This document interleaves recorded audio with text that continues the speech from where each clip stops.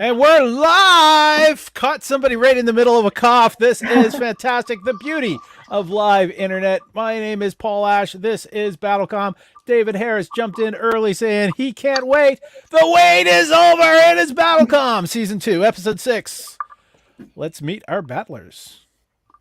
If I can figure out where the right buttons. There they are. All right.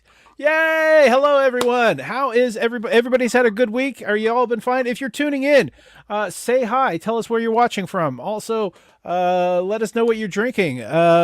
Mike Dupre is saying, "Let's go, let's go, let's go, let's go, yeah, go, yeah, or let's go, yeah."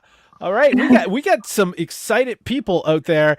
It's been a month since we've had a BattleCOM. It's time for another BattleCOM. With me, of course, just right upstairs is the fantastic Erica Taddeo. That is our stage manager. She's the person cracking the whip, making sure we keep everything going good. And what's with the all black? Yeah, we decided to go with a team uniform unconsciously through this entire thing. It's dark enough. It's dark enough. David Harris is going. This is the Snyder cut. This is the Snyder cut. The Snyder cut. There we are. We've hit the Snyder cut already. Sean Griffin checking in from DC. Hello, friends. Renee Marshall, I'm not sure I'm pronouncing that right, from Atlanta, Georgia. Welcome, Renee. Glad to have you here. I realize I got my glasses on. Denny Leger is here. Hi, everyone watching from his bedroom, drinking hot chocolate. That sounds like a sane thing to do. Wow. Oh, my goodness. We got everybody's checking in, saying hello. Let's get to meet everybody who is on the show. First off, let's bring it up. It is BattleCOM. We are starting soon. We started now. It's Season 2, Episode 6. Our battlers are Peter Bowen, right in the sort of middle area. Darren Henwood, just above me. Jason Hatrick is also in the middle area with Peter Bowen. And Don Xanklin. Don is first time doing the digital. BattleCOM has done the live version in Ottawa. Wow, we've got Tim Rocliffe from Barrie saying Mondays are nuts. I hope you're not allergic to nuts. David Harris is drinking apple cinnamon tea.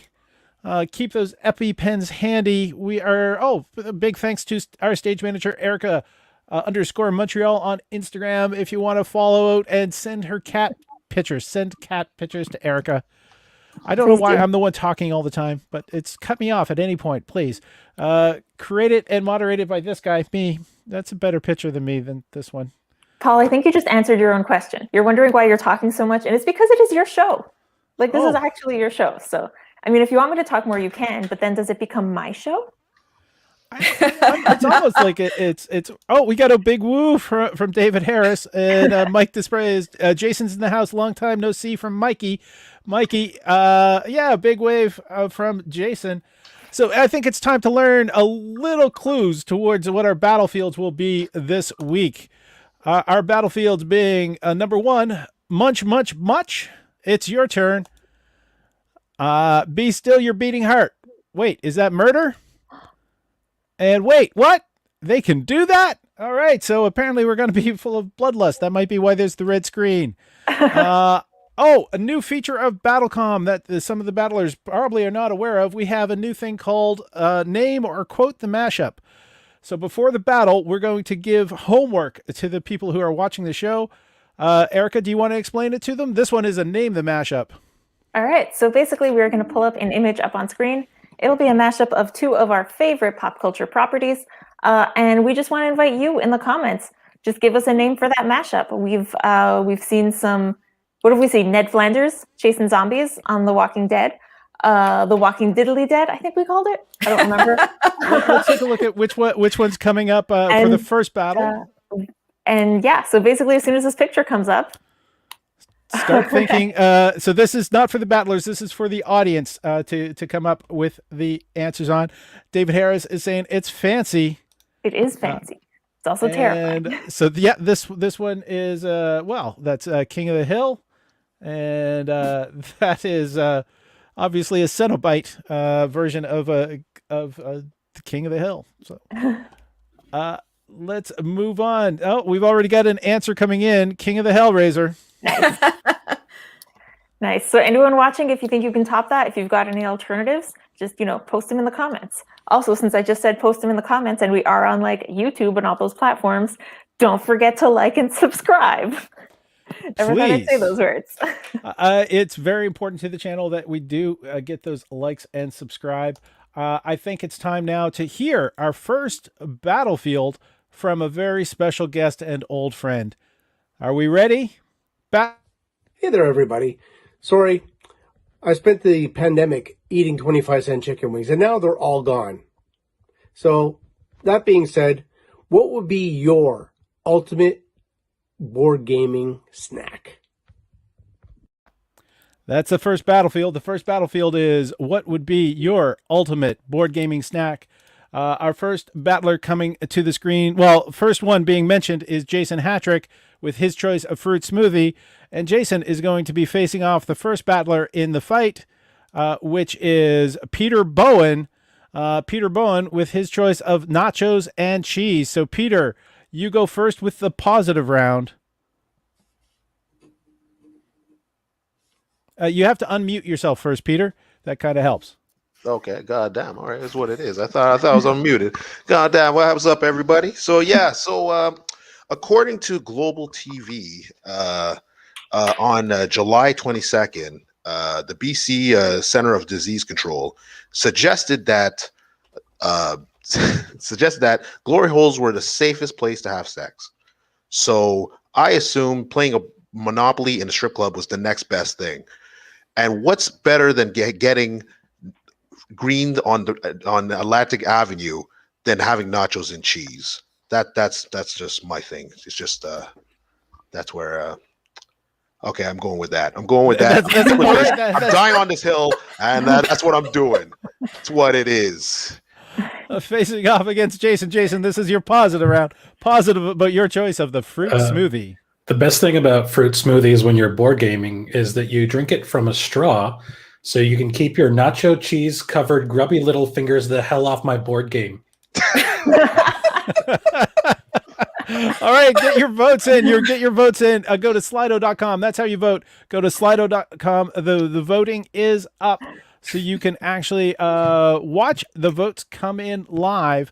Slido.com, and the event code is BCOM or BCOM 26, Season 2, Episode 6. So I'm not seeing any votes come in. It is live and active. Whoa. We got Don. David Harris is getting hungry just listening to the start of this. Mike Dupre, a crown of pins and needles. That's for the mashup. The mashup, yeah. We're seeing the votes are coming in. Let's bring the votes on screen. Jason so far has got 100% of the votes. Only 4 votes in. That's less than the third of the people here. And see, the votes are still coming in. Still not even a sorry vote for Peter coming in yet. Oh, the votes are still climbing. I think we might have to call this one. Call it. David Harris saying another mashup title: propane accessories. Propane. Nice. And Peter did get on the board. Congratulations, Peter. You did get on the board. You're facing off against a very strong champion, but I think we're going to call that one at this point. Our winner for round 1 is Jason Hatrick. All right. So that means we are going on to round 2, the negative round. The loser of the round, Peter, gets to go first. You get to be negative, but Jason's choice of fruit smoothies. Well, see, like I said, I'm in a strip club. I can't drink a fruit smoothie, so I don't know. Actually, I like fruit smoothies. All right, okay, cool. All right, wait. Let me don't die on this. All right. See, what's your deal with the? Do I have to talk about the fruit smoothies, or can I ask why he doesn't like the nachos? You can do it as long as you can do it in under 60 seconds. 60 seconds. See, I don't see what the problem with the grub. Like, if I want to take my time, if I don't have the right move, I just put my hand in the nachos and cheese, and I just take my time, man. I have to go wash them out, think about the plan, and then make the next move. So that's my negative round. I don't know. That was all right. weird. food choice as delay tactic. Jason, you go first now, or you go second on the negative round. First of all, Peter, you are uninvited from board games after the pandemic. Yeah. Have your turn ready when your turn comes around. Don't be that guy who holds up the whole damn table. Second of all, why are you playing Monopoly at the strip club? Is there not enough going on there for you to be like it's very disrespectful to the performers. They're performing for you, and you're not even paying attention. You're just like, I got dice to roll. I got to get it to go. I got to pass go. And then what? You're just like, you're going to add insult to injury by, after not paying attention to them, slipping them $100 Monopoly bills into their G-strings. Like, vote! The vote is up. Not cool, man. The vote's up. The voting is open. Let's see your votes. Just go to slido.com. It's /BCOM26 is the event code. That is how you can get your votes heard. Renee Marshall is saying an alternative would be to slowly slip blended nachos and cheese through the straw. Thank goodness that they now make those stainless steel straws. That's what I'd have to say to that. Tim Rowcliffe is saying Clive Barker's Peggy and Bobby try LSD. Oh my goodness. That's a deep cut. It's there we go. The votes are coming in. Nonstop for Jason. And just a reminder to all the people who are voting, you are voting for the one who's most entertaining. It's not about being right. It's about being entertaining. That's the goal. We've learned from Fox News. It's never about being right. I think the votes prove they understand the concept. All right. Mike Dupre is saying COVID's going on there. I suggest I think there must mean the strip club. So it's nobody but him and the bartender. Dene Leger is the mashup title being Pin. Just Pin. That would probably be for Brick as well. So we're calling that one. That one is going to Jason Hatrick. Jason Hatrick is a gut the round. So just going to mark that down. So Jason will be advancing to the final to face off against the winner of the next two. Oops, that's the wrong screen. There we are, bringing up our next battlefield. Our next battlers, sorry. That's not what I wanted to do. It's okay. We're gonna get it. It's the first battle. We're allowed to get things wrong. Just right? relax. Gonna relax. So here we love we are. Our viewers. So the first battler mentioned in the second battle of the first round, or the first battlefield, it's Darren Henwood with his choice of M&Ms, and he'll be facing off against Dawn Xanklin with her choice of gummy worms. Nice. Gummy worms. Those are both appetizing at this point. I'm kind of glad I ate before this, but this means Dawn. Dawn, you go first. Positive about your choice. All right. How can I be any more positive about gummy worms? I mean, they go with everything. They go with a nice board game of Snakes and Ladders. And if you go to the really nice cannabis stores, you can get the ones with, lots of THC, and then you can enjoy those to tolerate Settlers of Catan. So, gummy worms all the way, paired perfectly for every occasion. Boom. Darren. Mic drop. There we go. A good update from our gummy worm sommelier in the group there. I like M&Ms. Bring them to, Jason can testify, I genuinely bring this as my snack to board game night. It melts in your mouth, not in your hand, so you don't have to worry about getting Jason's precious board games all gummied up with your greasy fingers. But more importantly, M&Ms are small round candies with multiple different colors, and if you go to board game nights, there's often little counters, so M&Ms, you can often replace your little things with M&Ms, and it helps you cheat, because you're too distracted with everyone. You're like, do you want some M&Ms? Do you want some M&Ms? Everyone loves you. They love the M&Ms, and secretly you're like, there's 5 red M&Ms next to my sorry counters. It's very good. There we go. Vote. The vote is open. Let's see that. And now I'm not going to trust Darren as much during games. Voting is open. So Darren Henwood, M&Ms, go to slido.com. Oh, the votes are coming. Oh, it was tied for a moment, but we are moving past that. The votes are coming in. Oh, it's tied again. Look at that. We've got a horse race at this point in time going on. Get your votes in. We got to get the votes in. This is going to be a close one. This is why voting is important. We love it. This is. I don't know if you could use a gummy worm to actually do one of the little trails on Settlers of Catan, because maybe people are thinking like Darren. It's like Darren actually went with fact. He went with his truth about using the M&Ms to cheat, which true. Which it's usually facts aren't jokes, but apparently it's working with the audience. I think we might have to call this one. We're giving a countdown from 5, Erica. All right, 5, 4, 3, 2, 1. Beep. There we are. We've got the beep in. That is too close to call. No points are awarded. So we're going to go on to the negative round. Negative with Darren Henwood going first. So he has to be negative about gummy worms. Can we be negative about that anticlimactic countdown and beep that we just had there? That was just like that's one of Sean Griffin's favorite things. 1. Beep. What the fuck is that? Like that little beep. This is like the end of the anyway. Okay, that's fine. Like I don't know why. Like, of course you approve of M&Ms. You're my friend. I don't know why we need board games if you're just going to take weed gummy worms. Like, if you're just going to get the cannabis gummy worms, fuck the board games, man. Like, let's just get high and stick on some King of the Hill with Hellraiser pins coming out of his face.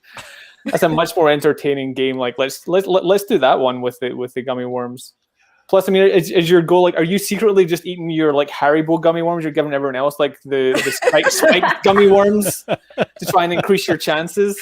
Actually, you and me should team up. You give them the spike gummy worms, I'll, like, have my M&M cheating counters, and then we'll fucking dominate every board game. You and I are a team now.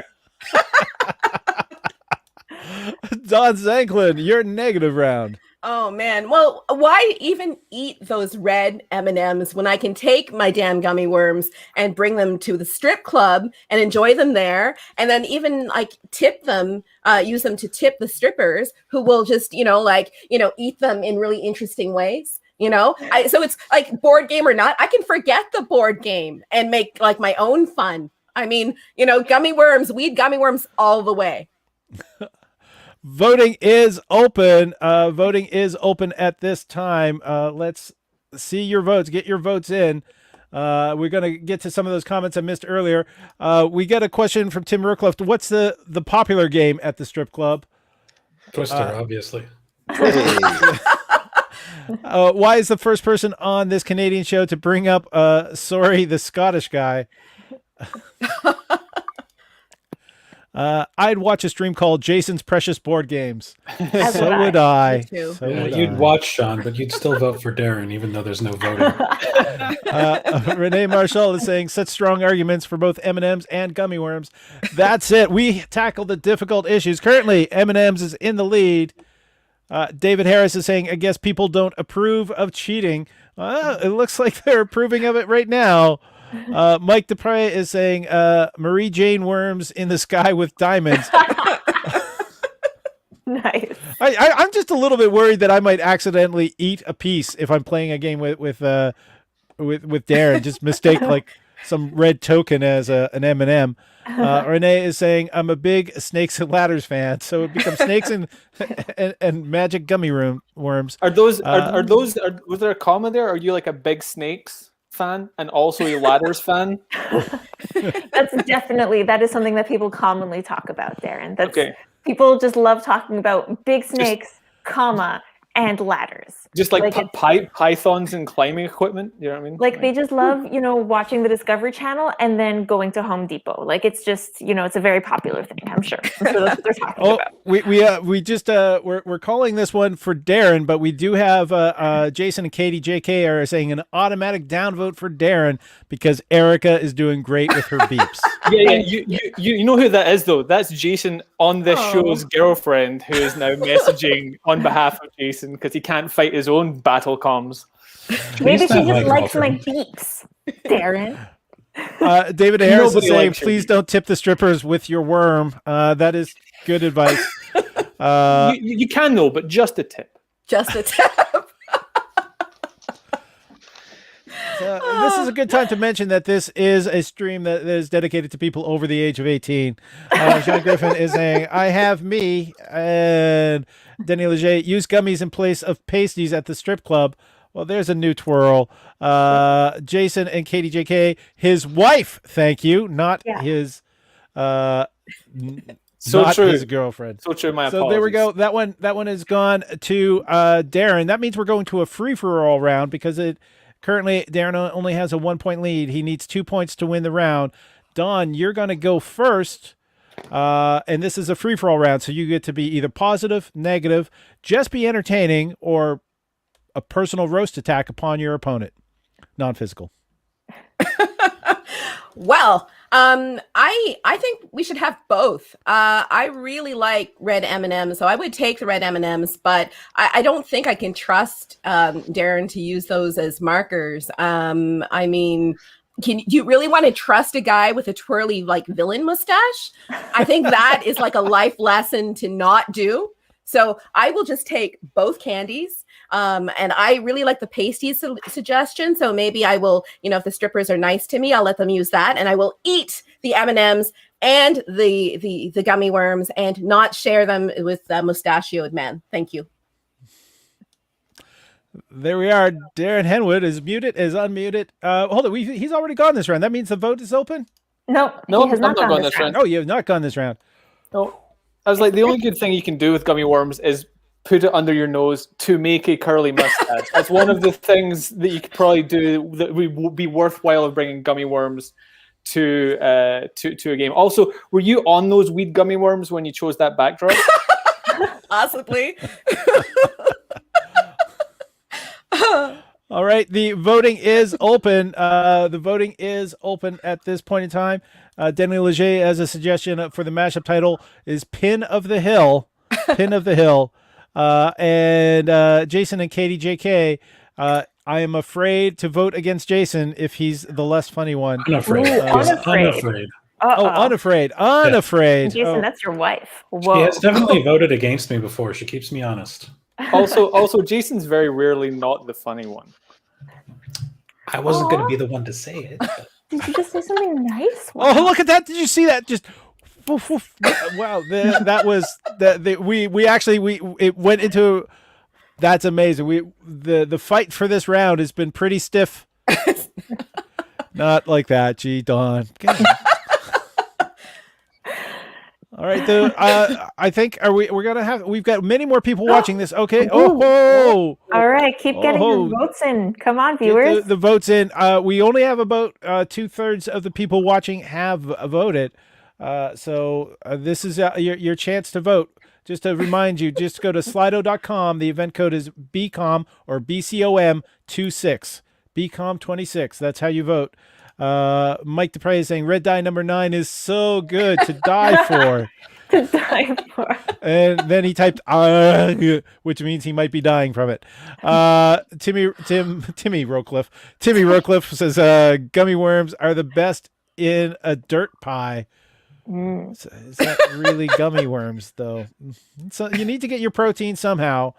We're looking at this. I think we're gonna have to count this down. Erica, starting at 5. 5, 4, 3, 2, 1. Was that better, Darren? You didn't even do a beep this time. That was much worse. I'll keep working on it. There we are. So it is now Darren. You get to go first on a free-for-all round. The second free-for-all round. Second free-for-all round. There is a point each. So the person who scores the next point is actually the person who wins the round. Actually, hold it. This is the second free-for-all round. Yes, it is. Heads up rule. If the votes are tied again, the person who actually chooses the win is Erica. Which was clearly No pressure. news to her. She knows. I I don't have to keep defending M&Ms. They're great. I just wanted to ask you, Dawn, is your middle name Marie? Because then your initials would be DMX, which would be awesome. Yeah, I think you should do that. Like, I think you should change your name by deed poll to something Dawn Marie or something like that. Because like you need your initials as DMX. There's very few people I know in this world that can have their initials as DMX, but you could be one of them. I'm just saying, do it. Oh. There we are. Dawn, now it's your free for all round. Positive, negative, just be entertaining, roast or unroast. The negative. What's the opposite of a boost? Compliment. Compliment. I don't hear those often enough to know what they're called. Mariana Taddeo saying, at Katie, we are taking anti-nepotism pact for Erica v. Jason then. Erica's not battling this game. She's the stage manager. But go ahead, right. Dawn. Yeah, so compliment. Thank you for the middle name suggestion. I think being a rapper would make it easier for me to excuse walking with pockets full of, pot gummies. Yeah, I think this could be a thing that I do, and I can have all of the gummies and no one will question it because they'd be afraid that I'd bust a cap in their ass. Nice. All right, the votes are open. We get some good comments have come in here and some questionable comments as well. David Harris is saying point for Dawn for having a great new name. Mike Dupre is saying it's a given you win, Dawn, because who could battle DMX? Tim Rockliffe suggests Dawn M&M. There we go. All right, I could rap. So there we are. Whoa. Hold it. Is that how the votes are at this point? Look at this. Dawn in the strong lead. I think we just learned something about BattleCOM. Compliments don't get you votes. There we go. We got a nice guy vote going in for Darren. Darren was the nice guy. Darren, by the way, for those of you who are not aware, hosts a wonderful news program called Oh Canada. So that's probably why he was the person to bring up Sorry first. And Mariana, anti-nepotism for life. Denny Leger saying it's a new Dawn. Ooh. Oh, Nice. How many times? How many times has that been heard? We are looking at the votes. Still, only about 2/3 of the people have voted. So keep voting. If you've already voted, please submit your ideas for our mashups. Hang on, let me pull up that. Do I have that picture somewhere that I can show you all? Yes, I do. This is what it looks like. So if you've got a name for this mashup, just go right ahead and post it in the comments. Also, if you have ideas for what is your favorite board gaming snack, post them in the comments and maybe we'll save them for the end of the round. Also vote if you haven't voted yet. I think we're going to have to call it. The votes have not moved for a little while. Give it a countdown, please, Erica. All right, 5, 4, 3, 2, 1. And by popular demand, beep. There we go. That That has gone to Dawn. Dawn has won that semifinal for the first round. That means Dawn will get to face off against Jason. Oh, that's the wrong button again.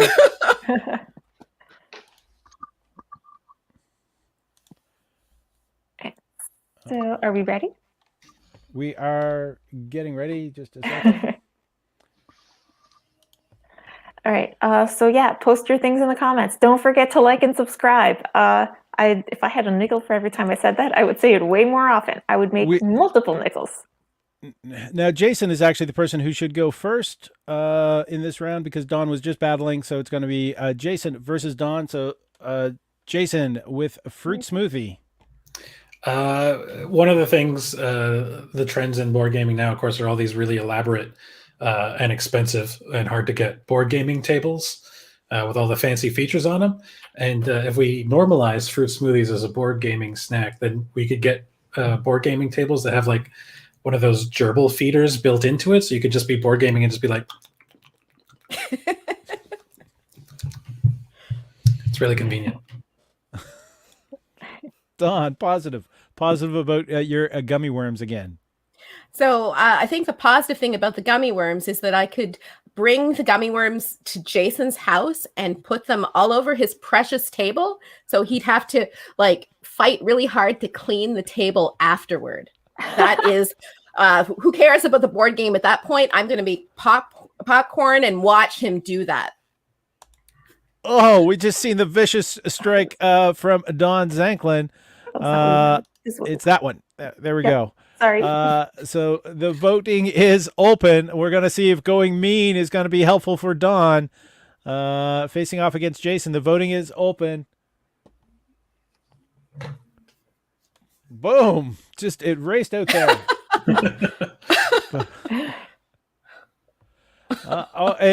So we did get a comment from Tim Rocliffe saying, "Oh wow, Dawn versus the O Canada crew." This is a good time to mention that Jason Hatrick is a writer for O Canada as well. Highly recommend it. When's the next episode coming out, gentlemen? It's on a hiatus at the moment because our producer has a day job that takes up too much of our time to work for free for us. So probably in the late spring at this point. With so much going on with Ted Cruz, well, that's not Canada. All right, Sean Griffin is saying someone needs to get a clip of the Jason hamster drinking. That would, Yeah. that would be a whole other channel. I can give you a website. And David Harris is saying that Don is evil. Don is evil, and I think the votes are kind of showing a going mean might have not have been the best method. So Don is going first because we're calling that one. I think that's pretty easy to call with a 3 count. Erica, 3, 2, 1, beep. beep. There we are. That round is called. So we are now going Don first on the negative round. Negative about fruit smoothies. I think the problem with the fruit smoothies, especially if we do the hamster sipping, is that it's just a little bit too fancy. It's a little bit too genteel. I mean, I don't know what board game nights are like at your house, Jason, but at my house we go for the big stakes. There's bad winning, there's bad losing, everything's bad, and we just don't have the time to be polite and no, we can't do that shit. So niet to that, and yes, whatever the Russian word for yes is, to the gummy worms. Okay. But by the way, this comment has come in from Jason and Katie at JK. The hamster drinking will be on our OnlyFans. I didn't know we had one of those, so I'm going to search the house for hidden cameras later. In the meantime, the Russian word for yes is da. And also, I believe you that everything on your board game nights is bad. The winning is bad, the losing is bad, and the snacks are bad. You've got gummy worms. Oh, boom. He's thrown down the gauntlet. So we've got Danny Leger, who I said thrown down the gauntlet. I thought you said goblet, and I was about to correct you. I would never drop the goblet.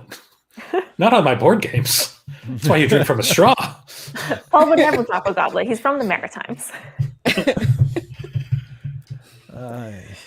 Darren has the pirate mustache. All right. Danny Leger is clarifying that Russian yes is da. So da is da. It's da. And Paul McKee. Welcome, Paul. What up, everyone? The votes are on. You just missed the arguments, but the voting is open on Slido.com. Fruit smoothies or gummy worms? Jason or Dawn? Who was more entertaining? I think we're about to call that one. Erica, 3, 5, 4. 5. Congratulations, Jason. Jason has won our first Battlefield. I like the shaking it up in the countdown, Erica. But for a minute there, I thought I'd lost audio. Oh no! It was just like checking wires all of a sudden. I'm contractually obligated to do at least one Wayne's World countdown per show. Okay, excellent. All right, so battlers, which was your favorite thing that was expressed for the that photo? Did we get that last one in? So we had Hillraiser. We had Pin of the Hill. What else did we have? Scrolling further up. Hang on. We had some really good ones. I just got to find There was a them. King of the Hellraiser. I remember that one came up. There was. Also There a was. propane, but the propane is also mentioned in the caption. True. Clive Barker's Peggy and Bobby Try LSD. Lots of really good ones. And is there any snacks? All right, that's like a Game of Thrones reference. Throw another mashup in there. And if there's any snacks anyone out there thinks are better to have on your board gaming table, please mention them. Jason, I just want to point out that if I have a fruit smoothie, I'm keeping it on the ground because I don't want the condensation to get the table wet and thus get cards wet. Tim Rockcliffe he wants to vote for Nibs and Cracker Jacks. Paul McGee's tuning in to see. By the way, that is just his a piercing in the stomach. That is not something else sticking out. I think maybe we should move on. Yeah, I feel like we've seen enough of the King of the Hank Hill being creepy. Yeah, Hank Razor. We are Darren. So someone asked what games are like at Jason's house. Full of rules, very rule heavy. And covered in plastic. Board games have rules. Is that news to you? You're just like, it is the way he plays are them. you that kid who just sat down with all the pieces and were like moving them randomly just because you like colors and shapes? Jason likes to make sure everyone reads the rule book before starting to play the games, but the rule book is how to sit at the table properly and interact with a board game. It's not the rules of the actual game you're playing. That comes second. And also, when was the last time you drank a fruit fucking smoothie, Jason Hatrick? If you picked up my home etiquette book rather than the rule book of the game, don't think that those two are related. Why are you guys wasting this now and not for the roast round when you eventually will face off against each other? I'm clearly never going to get in a battle with him, so everybody will battle everybody else at one point or another. Peter is just enjoying this. He's just sitting back and taking notes. We're going to just bring in a little bit of a serious note, just to remind everyone, especially with the lockdown. I know things are sort of looking a little bit better, but there is the suicide prevention hotline. You are not alone. Please take care of yourselves, take care of your friends, check in with your friends like we're doing here in this game show, which we're doing for, our own entertainment as well as yours. So please take care of yourselves. There's some emergency numbers for you. Jason has that first suicide one on his handbook for his house as well. That's only if you have to rearrange everything. Jason and Katie, considering the last several times we've played a game with Darren, he played a video game the whole time. I don't think he can judge. Those phone games. Name the mashup. This is our next mashup. Our next mashup is...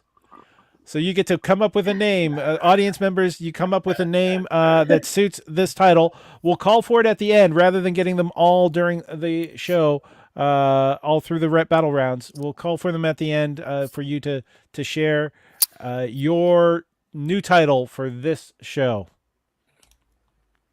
All right. And, we get the video to play. Erica. Yes, I remembered that. All right, here is your next battlefield. Hi, Paul. Thank you for asking me to be a part of this. I'm a huge BattleCOM fan, and I'm very happy. My name's Tina Spirals, and I'm a lover of stuff and occasional cosplayer. I share a lot of my passions on Instagram, and I also recently started sharing some content on YouTube. So if you want to follow anything, I'll leave the information at the bottom of the screen. My question is, what is the most romantic geek gift?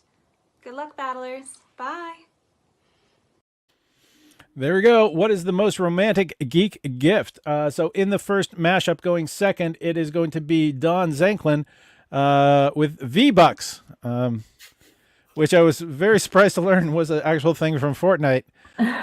Facing off against Jason Hatrick and the One Ring. Sorry, that might not be the ring he was referencing. So there's the other One Ring. Jason, you'll have to let me know which one you prefer. We are now going to Jason going first on the positive round. Positive about your choice, the One Ring. Well, you alluded to it, right? You're looking for a romantic gesture It's a ring. It's a golden ring. It's a commitment. You're making a commitment to rule Mordor together. It's romance. You're saying you're in this for the long haul. And positive round, Dawn. Well, V-Bucks. V-Bucks are the perfect gift because you can buy whatever you want in Fortnite.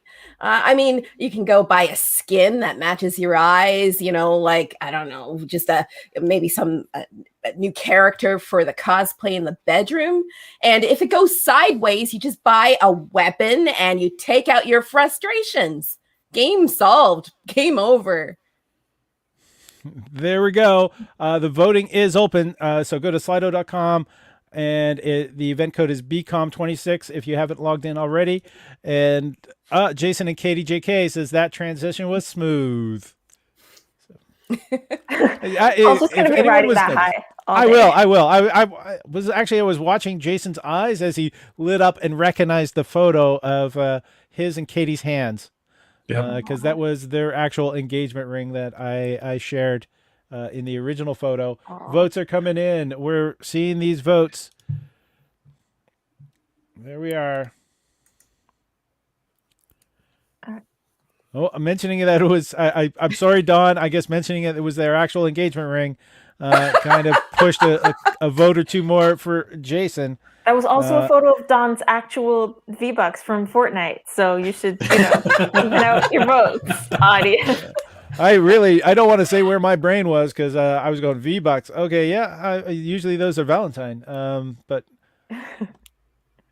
there we are. I think we're ready to call it on a count of 3. 3, 2, 1, beep.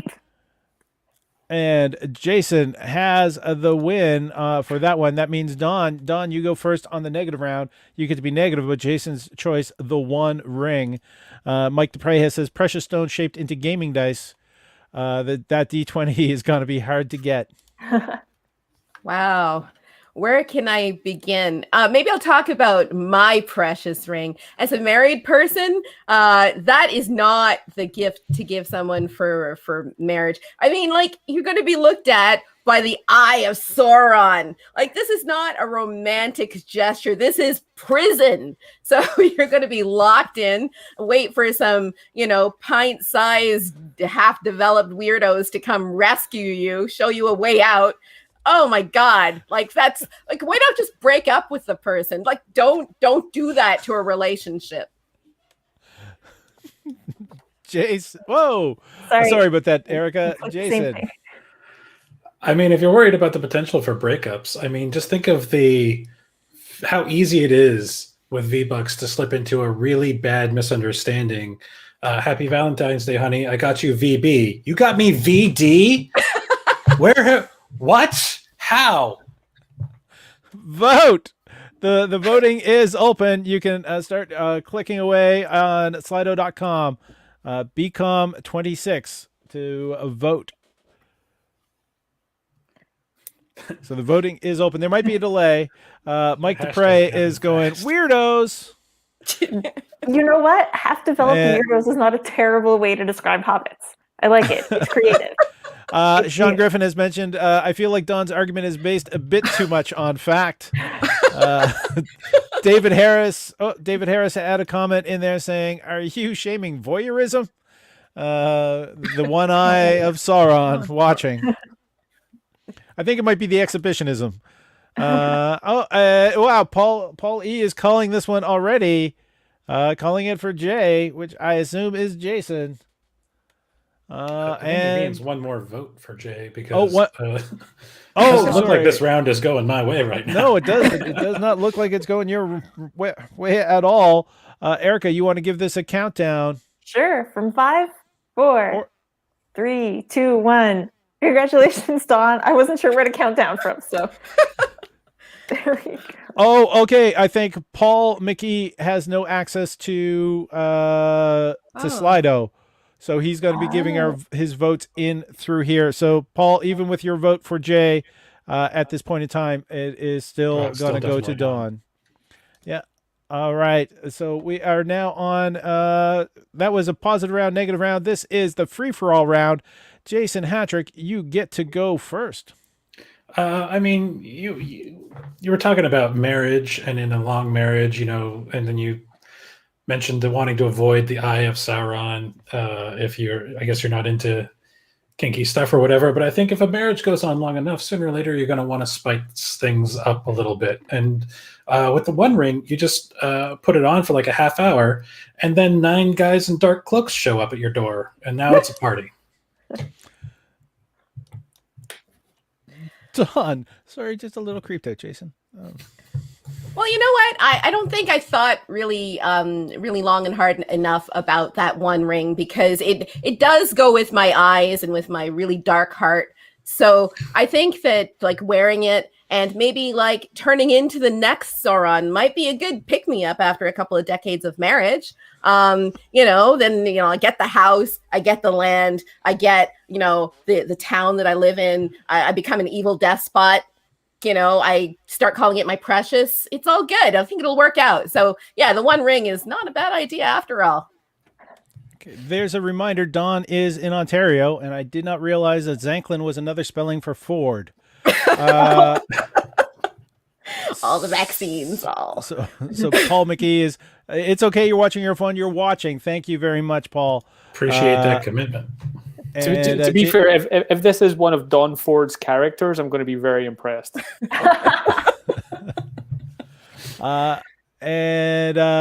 Jason and Katie is saying that is also on the OnlyFans. You really need to scour for those hidden cameras. The votes are coming in. Scour for hidden cameras and the Nazgul, apparently. So keep bringing in your votes. If you've already voted, feel free to post in the comments what you think would be the best nerd gift to give your partner, your love, your person that you tolerate, or the worst. Paul McKee saying he would rather be at a live show, but until we can, we're going to have to keep it safe and keep everyone safe by doing it virtually like this. And there's a chance we'll probably keep the virtual show happening afterwards. So if you want to help us out in that way, please hit like right now. It's on the bottom, especially YouTube. Go to the YouTube channel, press subscribe. The only shows that are going to be happening here are BattleCOM or BattleCOM adjacent. So you will be notified if you hit the subscribe button when a BattleCOM is coming up, so you won't miss it at all. And tickets to BattleCOM is a great gift. Yes, I have a question. Agree. Did you say BattleCOM adjacent or BattleCOM adjacent? Does Jason have his own spin-off already where you can just BattleCOM him? Well, he was it's busy like winning everything. Stein's money. It's the BattleCOM version of that. You made that comment, Jason, and you lost a percentage in the votes. It just went down on its own. And I think we're going to call this one. Does everybody Erica know that you're not getting V-Bucks from Dawn if you vote for her? So I was a little trepidatious Googling V-Bucks for an image. So we're calling that one, counting that one down, Erica? In 3, 2, 1, beep. Beep. So Dawn is the winner of that opening round of the second battlefield. All right. There we are. We're going to be moving on to the next pairing right now because I'm so smooth on this. It's coming up soon, viewers. So just hang with us. There we go. Just to show that ring again. You still lost, Jason. All right, so battling is going to be Peter Bowen with his choice of the most romantic gift to give is the Naruto headband, facing off against Darren Henwood, naming a star after them. And you can actually see how bad my photoshopping skills are there. So there we are. Darren, second to the screen means you're first to go. Let's hear your positive round. It really looked like I was overcompensating for something, the size of my photo compared to the size of Peter's photo. Like that was not flattering for me at all. So yeah, naming a star after someone. I mean, as someone who's given someone the ring, which is another name for your asshole in Scotland, by the way. Just FYI, we call our assholes the Ring. So just let that sink in for a second. Well, not sink. Bad choice of words. Buying a star for someone is really is really romantic. Number one, it's like you're buying them a whole, star / planet, or like a dot in the sky that used to be a star / planet. And number two, the best thing is you can use it every night. You can just open your window and you can point to it all the time. Like it's that one, and you don't have to know which one it is, because what she's going to do, buy a really high powered telescope and pick it out and make you point to it like on a thing. Only if she's a fucking psychopath, which I would never buy a star for a psychopath. So it's a win-win. Peter, your positive round. Positive, but your choice, the Naruto headband.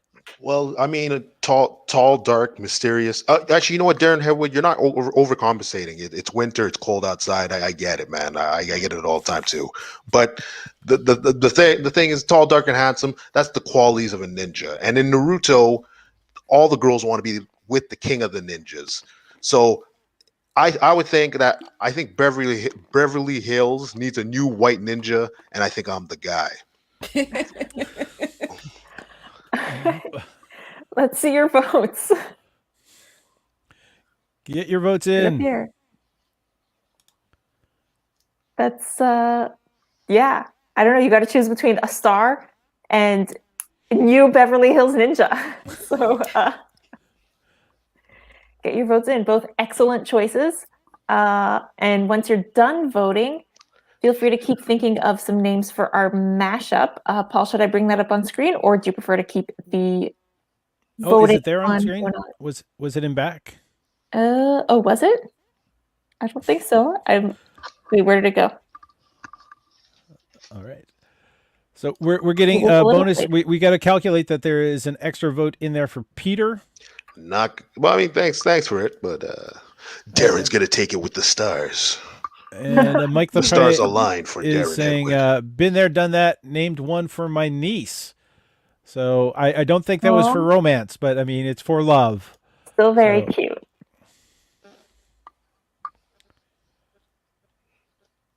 There we go.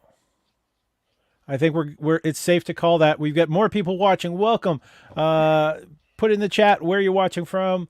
This is BattleCOM. We are just on was that the positive round or negative round we just did, Erica? That was a positive round. We just started this. Started this round. Okay. So we're calling that one on 3. 3, 2, 1. Beep. Beep.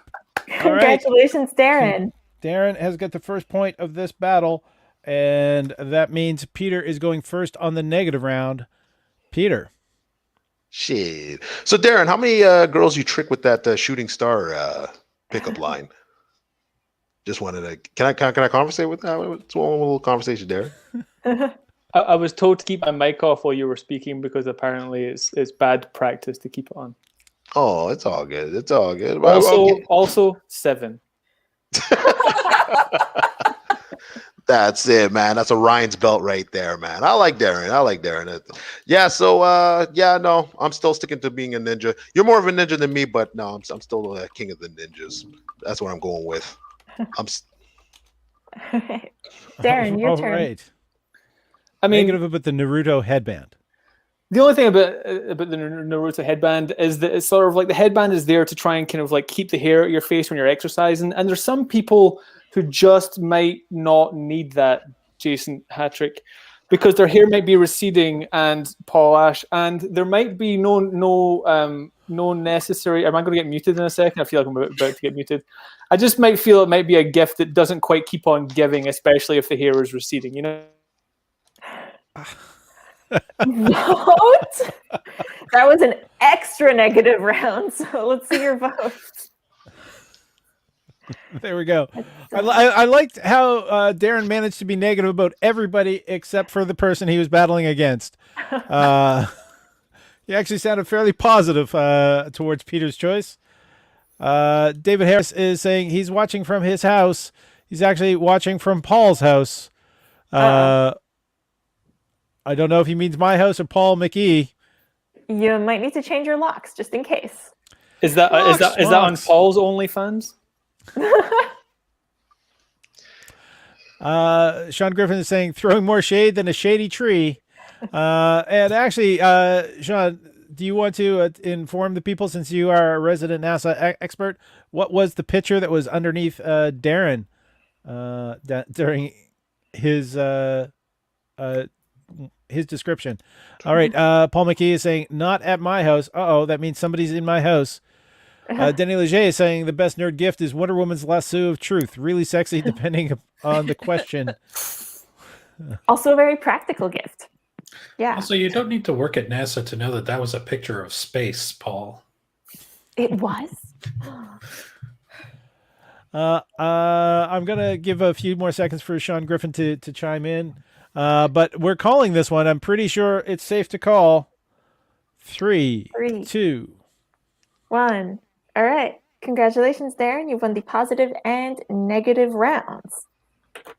and that means we are going to be moving on to the battle between Dawn and Darren to see who will be the head of the second battlefield. Yeah, second battlefield. We are on the second battlefield. Numbers are hard. It's okay, Paul. It's so difficult. So we're going to start off with a positive round.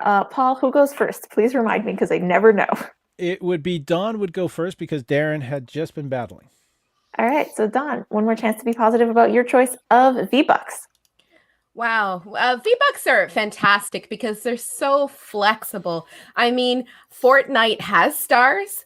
I can use my V-Bucks, buy a big weapon, and shoot that star, and then get a lot of little stars. So it's a gift that keeps giving. And then if I run out of stars to shoot, then I can shoot some noobs who started playing the game. So it is, I'd be even happier. There we are. Dawn, vicious at gaming. Now, Darren, it's your positive round. I mean, talk about a gift that keeps on giving. Like rings and all these V-Bucks and stuff, they're possessions that you can own. You can't really own a star, even though it says you have a bit of paper that does. It's not like they can give you it back at the end of the relationship. And if you have a photocopier and some whiteout, you can just keep giving the same star over and over again. Like, no one's going to fucking know. You can't like keep giving the same ring over and over again. That's just dumb because then you have to keep asking for it back. I can just point to any point in the sky, give her a bit of paper and go, that is called your name. Genius. All right, get your votes in. Dawn's at V-Bucks, Darren's name a star. Sean Griffin is saying it was the Crab Nebula, I think, with a pulsar overlaid. And then just said numbers are hard. As we're trying to calculate the votes, numbers are hard. That it was, according to Google, it was a supernova. Just so I wanted to show a star blowing up as the romantic gift. Extremely romantic, I guess. The votes are coming in. I mean, wouldn't like a star or a planet exploding be more like the kind of gift that an evil father would give to his princess daughter? Ooh. Just thinking out loud in terms of, outer space terms. And Jason and Katie, JK, is why do I feel like Darren is talking from experience? And there's an extra vote for Darren in there. David Harris is saying that wasn't an extra vote. That was just good advice. David Harris are saying crabs are not a romantic gift. Looks like I think most people have taken that advice. We're going to call that one on a count of 3, 2, 1, beep. Point to Darren. Darren has won that round. That means Dawn is going first. And the Crab Nebula is a supernova remnant. So we're both right. Woo! There we are. Dawn, you get to go first on the negative round. Negative about the... hold on. Are we on the negative round? Yes. Yeah. Oh. Okay. Because, sorry, I for some reason I was thinking that Dawn had mentioned stars in her previous one. But the rules are flexible. Well, I have to say that I think that anyone who gets a certificate should find out where the Crab Nebula is. So when Darren inevitably points to it, they can go make that appointment they need and get the cream that they need.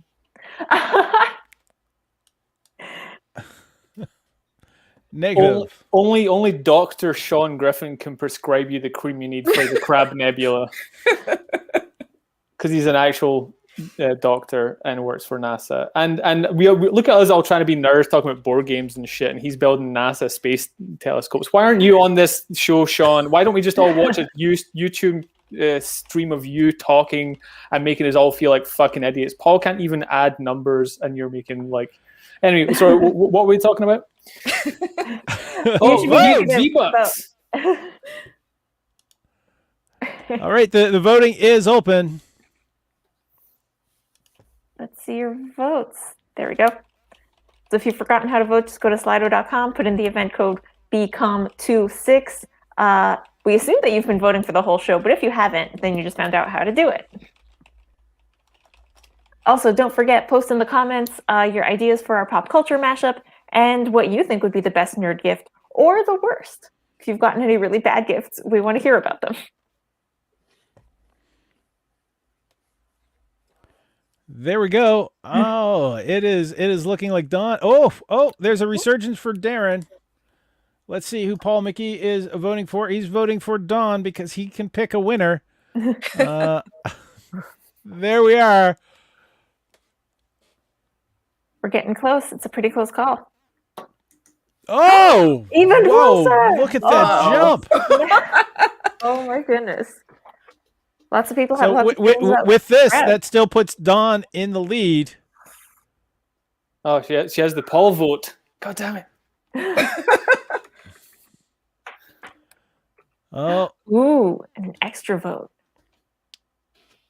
Oh, here we go. Sorry. Emily Slater said, anyone else now have Supernova Girl from Disney Channel original movie Xenon in their head, or is it just me?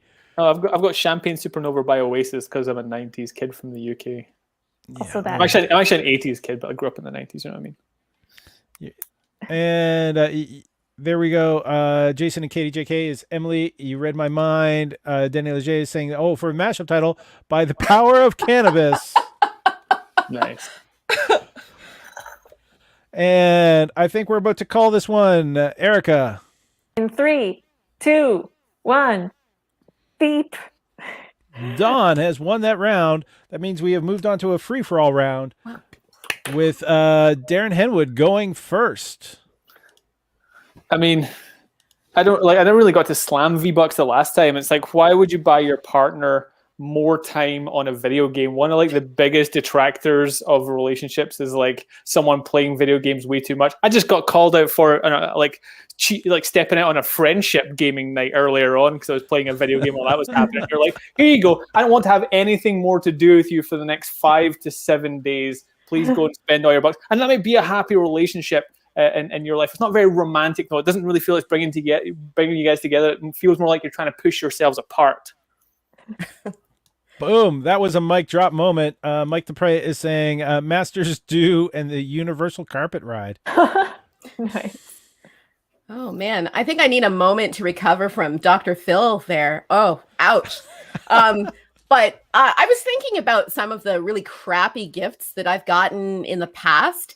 And you know how sometimes people forget birthdays or anniversaries and the gas station is open. So they go and get a really crappy gift of, some random thing that belongs in a trunk and they bring it. And that's the present. I think that like giving a gift of a star is like actually makes that even less lame. Because you're like literally pointing up at the sky and saying, I made this. This is for you. No. I think, V-Bucks, it's in your hand. There's value to it. We all have the sky. All right. Let's see your votes. The votes are up. There was a little bit of breakup on my end for... I thought Dawn was just taking her gummy worms. Maybe I and that's what slowed her down. All right, let's see your votes, everybody. The votes are coming in. Thank you. I'm just sort of realizing that both of those gifts are really hard to verify. Like Darren's handing a piece of paper saying, "Look, it's up in the sky," and Dawn, it's like, "Yeah, I bought you something that exists only on the internet that's consumable." Though then again, those gummy worms were also consumable. True. It's kind of how I enjoy my evening. That explains why we keep getting things wrong this show. All right, it's fine. It's Yay. legal here, so we good. And wow, the votes came in very quickly. We've got a vote in for Darren because Paul McGee knows how to pick a winner. So let's Does count that. Paul always wait until it's like 70-30 and then vote for the person who's in the lead? That's what it feels like. Well, he's allowed. We're all adults here. He's allowed. It's Sure. not like it's choosing that the.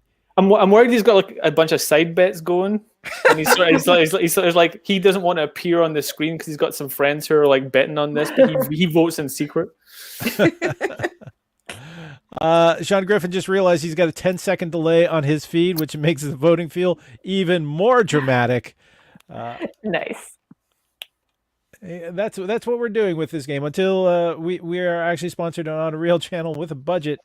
We got a couple of good names have come in. I was trying to save them for later, but the Hanna-Barbarians. You're saving them for like 10 seconds from now, Paul. You can do it. Okay, we're saving them. And Paul McGee is saying, "Thanks for calling me out, bro." Well, I'm getting no more votes from Paul tonight, that's for sure. There we go. On a 3, 2, 1. Beep. Congratulations, Darren.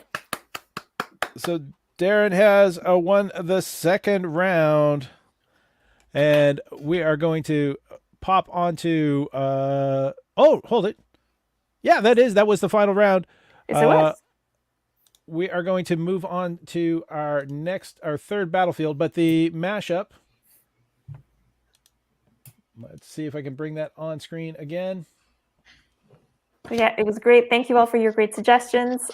We have some really great mashup mashup titles. That's the word I was looking for. Titles.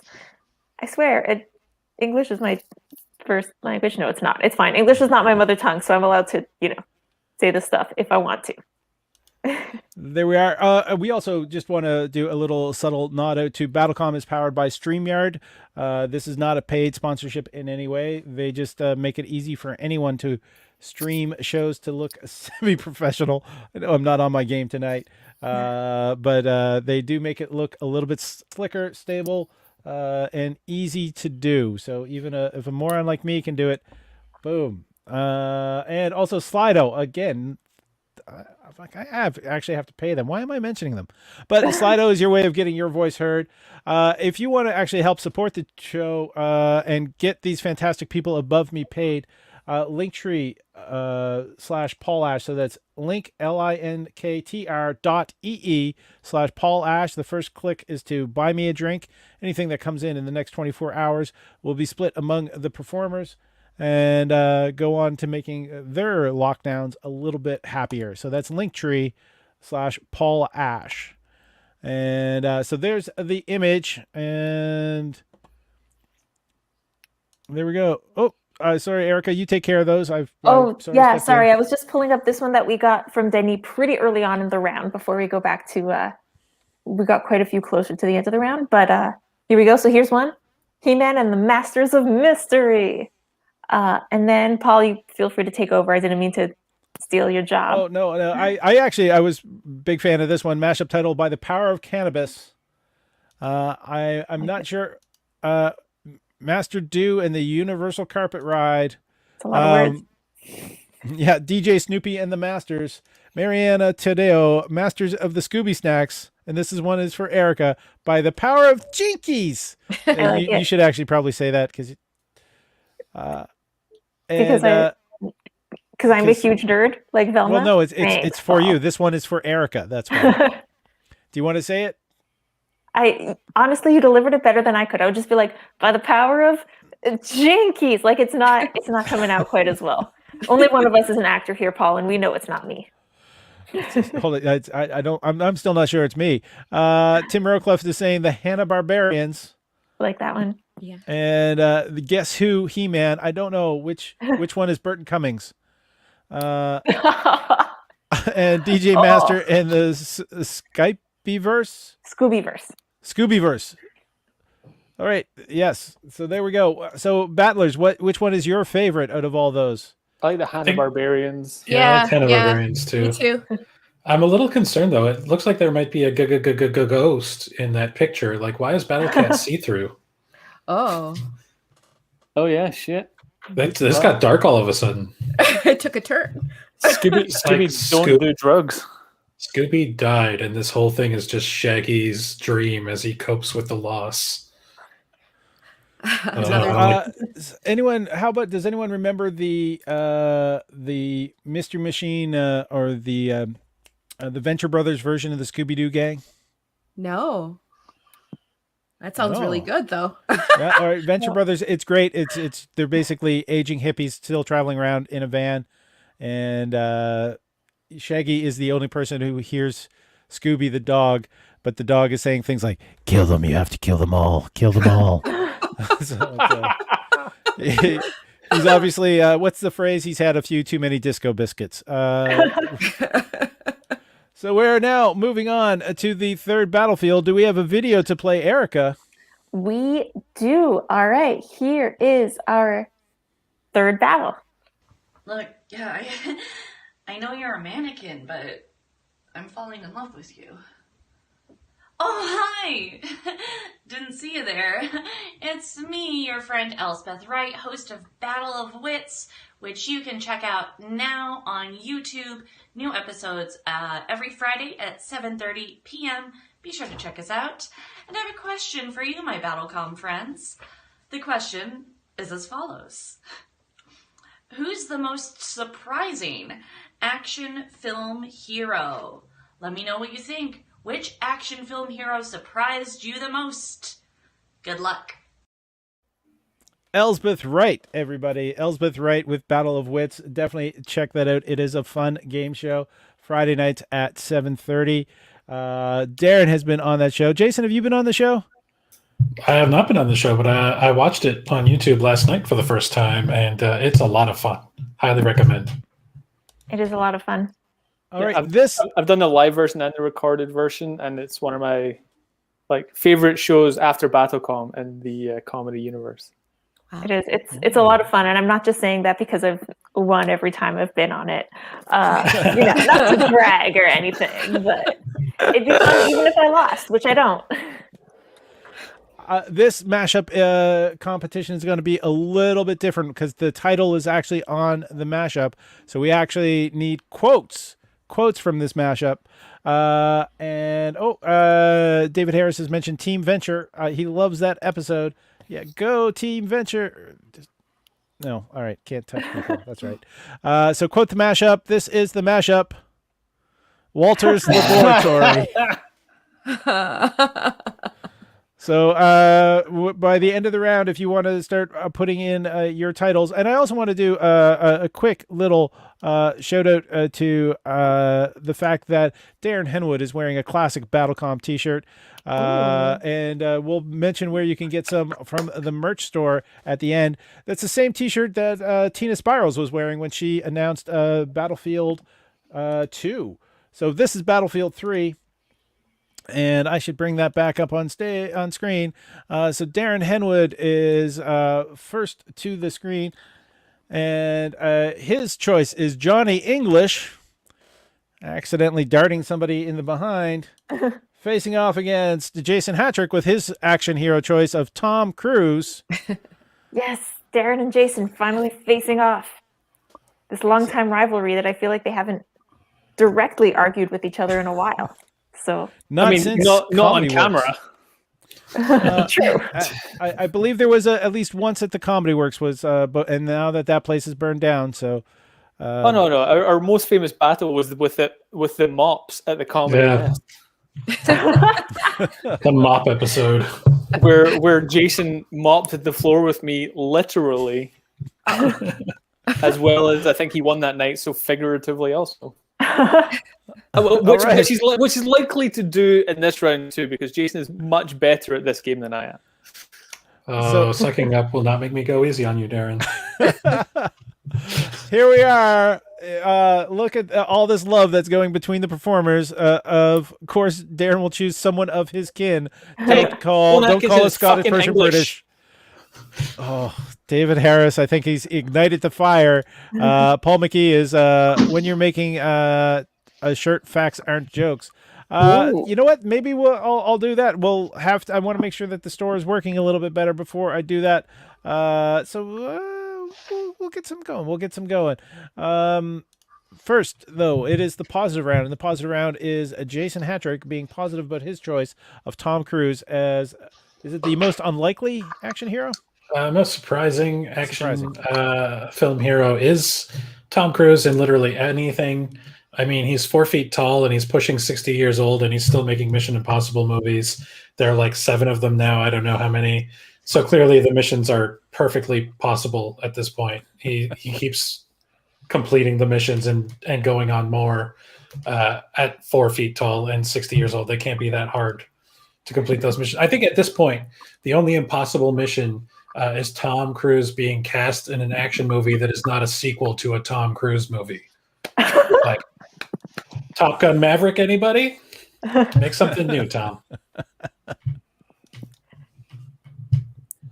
Sounds like Jason's more upset with the film namers rather than Tom Cruise being an action hero, even though he's in awesome shape for being 50-something. However, Rowan Atkinson is a skinny beanpole of a man, so much of a beanpole, he played a character called Mr. Bean. Talk about being unlikely for an action hero, for goodness sake. The guy played Blackadder, played Mr. Bean. Like, you wouldn't expect to see him in a sort of like James Bond-esque type role, romancing the very lovely Natalie Imbruglia, and what she did in Johnny English 1. It's also had a few sequels, incidentally. I mean, like, I don't know if you guys know Rowan Atkinson. He is a man of my like ilk because he comes from the same fucking island as I am. But like for the Americans in you, that would be like, I don't know, it'd be like casting like Pee Wee Herman as like Liam Neeson from Taken. Do you know what I mean? Like, hey, I have a special set of skills. Like, do you know what I mean? Like, it's so weird. And unlikely is the most unlikely action hero. I will take it to my grave. It's the most unlikely. There we are. The votes are up.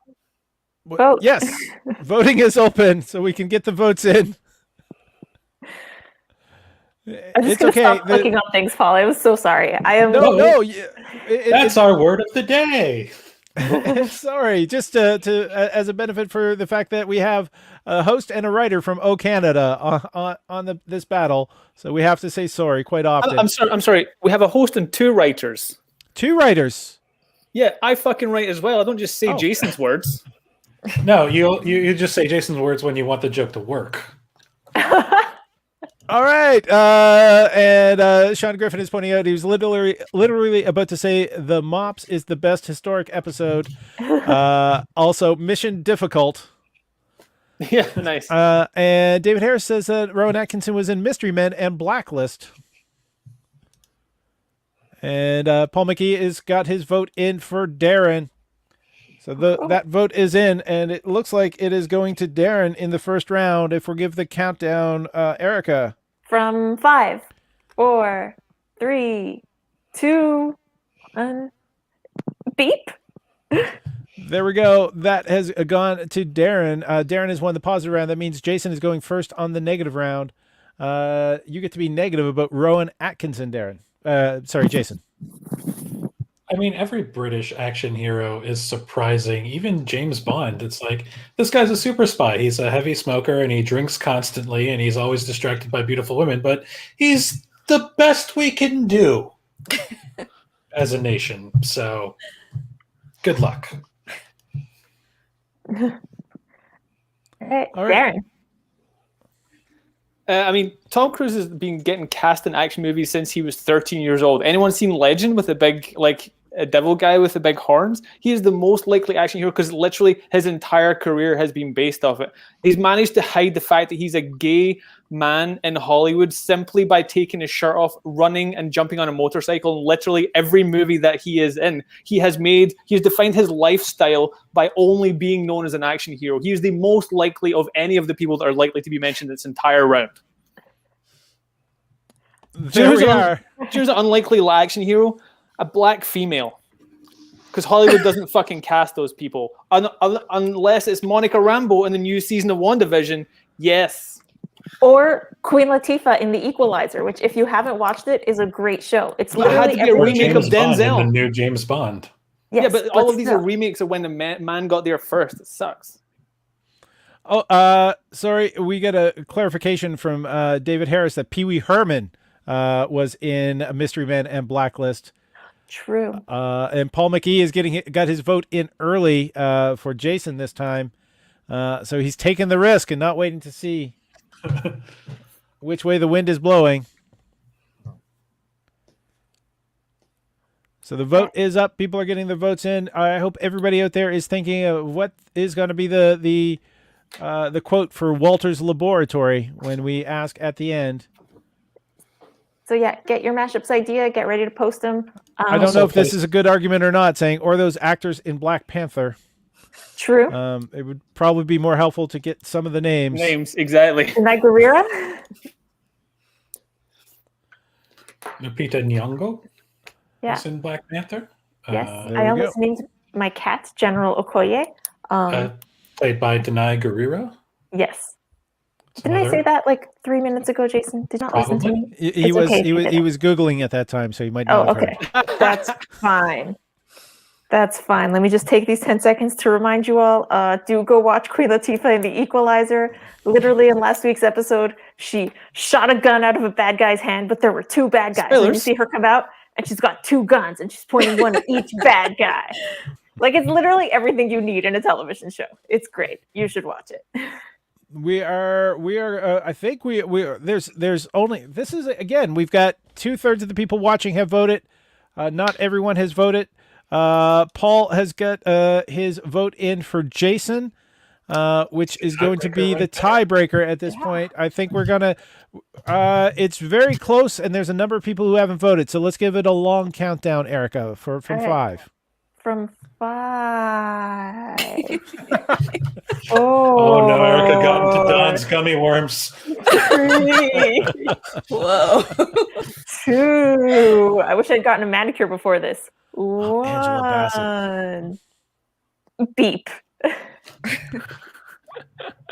There we go. That is That was my favorite done. countdown. Yeah, Erica. That was a good one. Thanks. Yeah, Darren has learned about being negative about the countdown is not a good thing. It's a long countdown. It's, difference between 5 and 3. When it's not close, we can go from 3. When it's close, we should give it to 5. All right, we're losing Mike Dupre.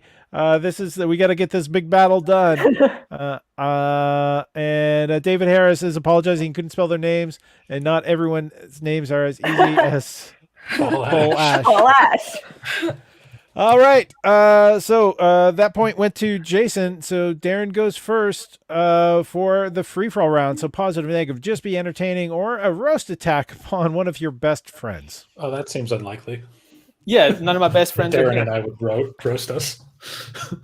No, I mean, I don't I don't actually have anything negative to say about Jason. Jason, like it's a new year. I just want to be positive. I think there's been so much negativity going around. Jason is a good friend, and he deserves to win. He's very entertaining and very funny. What does Johnny Plunger mean? I don't know. No. I was actually going to come on this show and just be positive and see how that worked out. Unfortunately, I couldn't bring myself to do it for more than 2 seconds, so that didn't work out. But Paul, it's lovely to see you. Erica, it's lovely to see you. Jason, it's lovely to see you. And Peter and Dawn, it's lovely to meet you. All the people in the audience out there, I hope you guys are having a good time. Please vote for Jason. I don't get a chance to say nice things to people anymore, so I'm taking advantage. Oh. Aw. All right, When did the Jason. aliens get Darren? I don't know. Jason, destroy him. Oh, fuck Darren Henwood. No. Now, while we're being nice, I want to say this. Erica, never let anyone give you any crap about the countdown and the beep. So, like Darren tried to do it earlier. I'm just reminding everyone about that time he was mean because he was just really nice. But never let anyone give you crap about your 3, 2, 1 beep, as if microwaves haven't moved 1 billion units in their lifetime. That's a very popular item. And I will say that Darren is a good friend, and we do get together, in the before times to play board games and stuff. So I can confirm. Yeah, yes, you always bring M&Ms, and you never fucking bring snacks. You piece of shit. I'm just. He does, in fact, bring M&Ms, which is really handy because when he starts cheating too much, you just swap one of his M&Ms out for a peanut butter one because he's really allergic to peanuts, and then you win by default.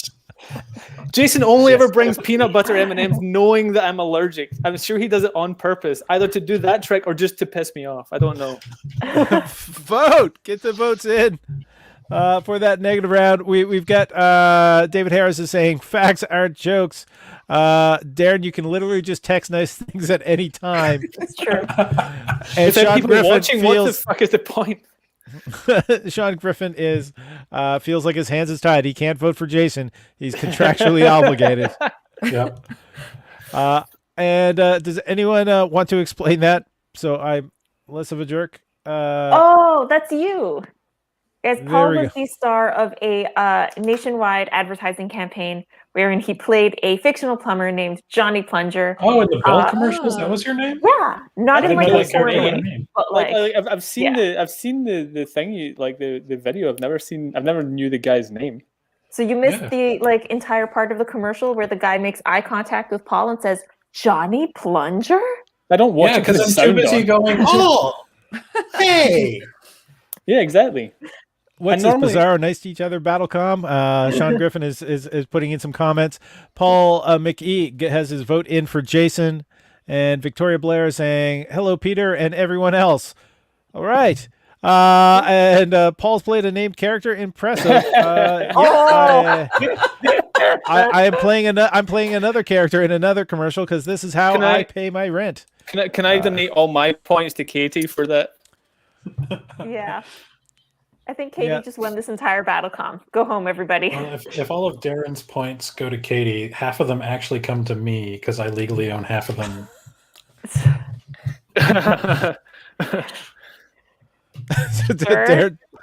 Darren is sadly giggling because he remembers losing half of his stuff. Yeah. All right. I was also married to Jason. Yeah. There we are. We're about to call this one. I think you want to give it a countdown, Erica. Sure. From how many? 3, 2, 1. Beep. Beep.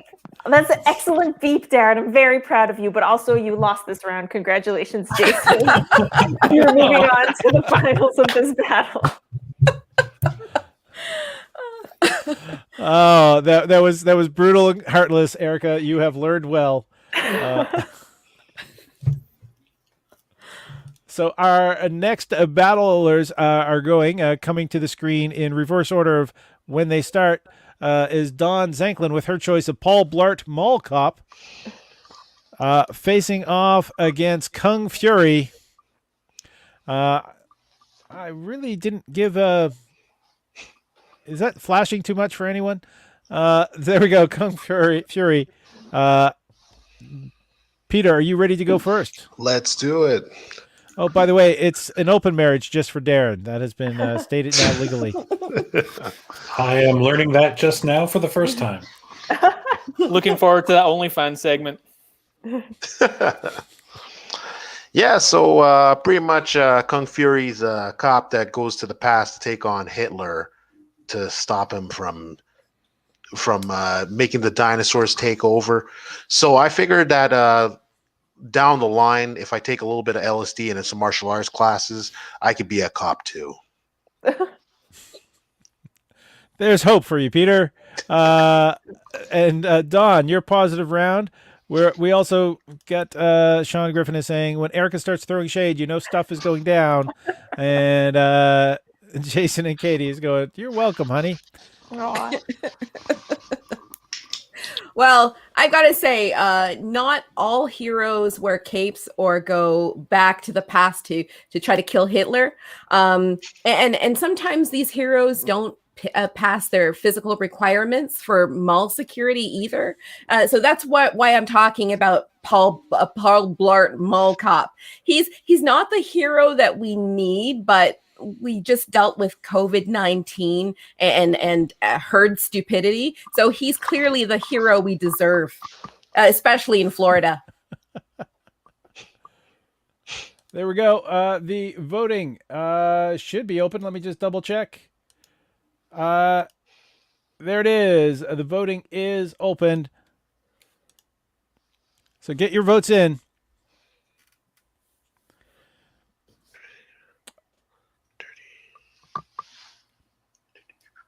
So get your votes in for this one. By the way, has anyone seen Becky? I finally watched it. It gives a whole new take on Paul Blart Mall Cop. I have not seen it. No. I actually had to watch the trailer a second time because I did not recognize Kevin James. Wow. And Wait, if I did you willingly watch a Kevin James project recently? Yes, and it's Joel McHale's in it as well. Oh, okay. Then it's fine. And Lulu Wilson is the star, and an incredible performance by Stéphane Maillet, the Acadian giant. Anytime I've ever seen him in a movie, he's just been there to be big and imposing. He can bloody well act. Nice. He was amazing. He had a great arc. Daniel Leger saw it as well. He's saying, "I saw Becky. It's good." So it looks like most of the votes are in. Erica, you want to give us a countdown? Sure. Let's go from 3, 2, 1. Beep. So, Congratulations, Don. You won the positive round. all right, that means the negative round. Peter, you are muted, and you get to go first on the negative round. Yeah, I'm not a big Kevin James fan. Like I don't see him as a superhero.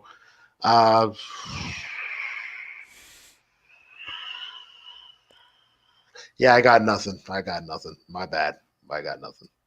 All right, Don, this is yours to lose at this point. You can win the round.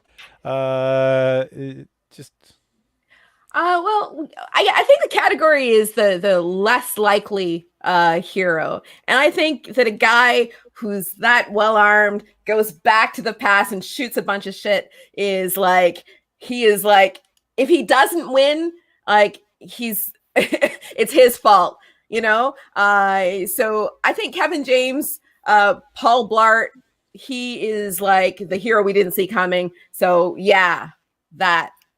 Yeah, going back time to kill Hitler, that's Mission Impossible. That's a Tuesday for Tom Cruise. there we go. The votes. So mission difficult. The voting is open.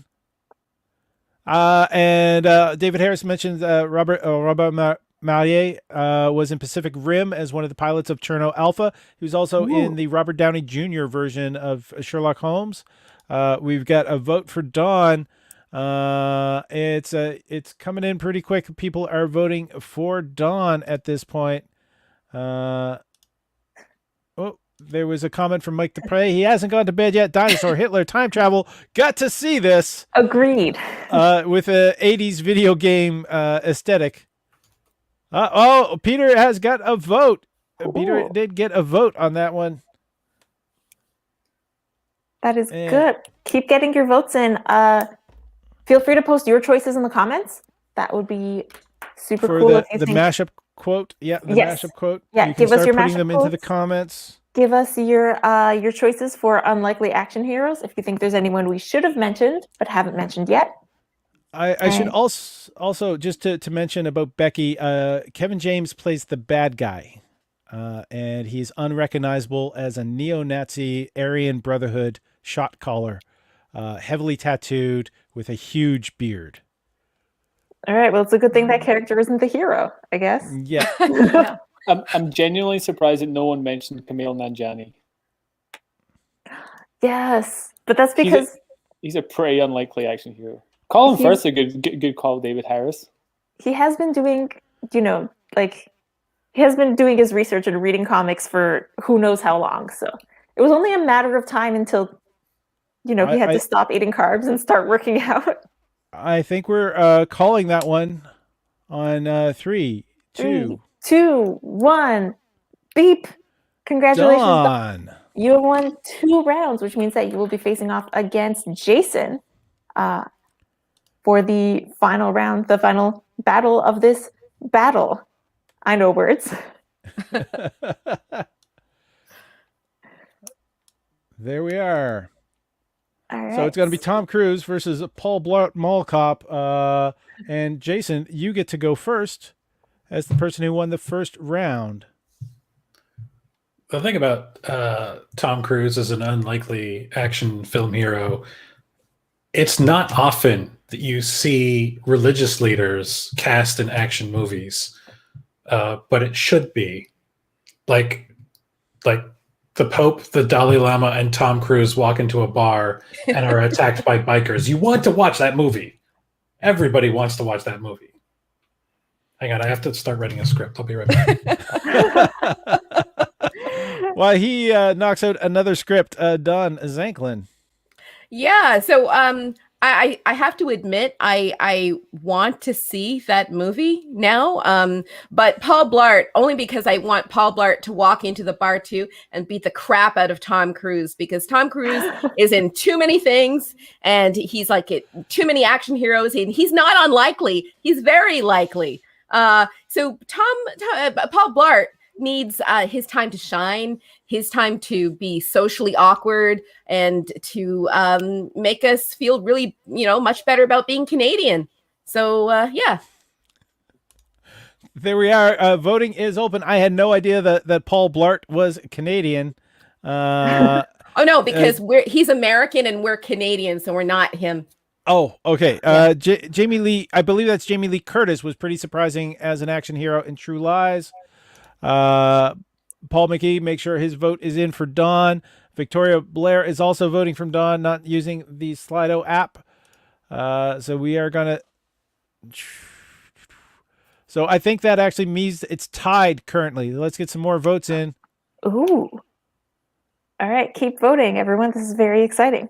Also, just one more note about Kumail Nanjiani. I do love him. I think he's great, but the MCU is making so many movies and TV series and other projects that eventually I think we're just all going to be an actor in the MCU. So, it was bound to happen at some point.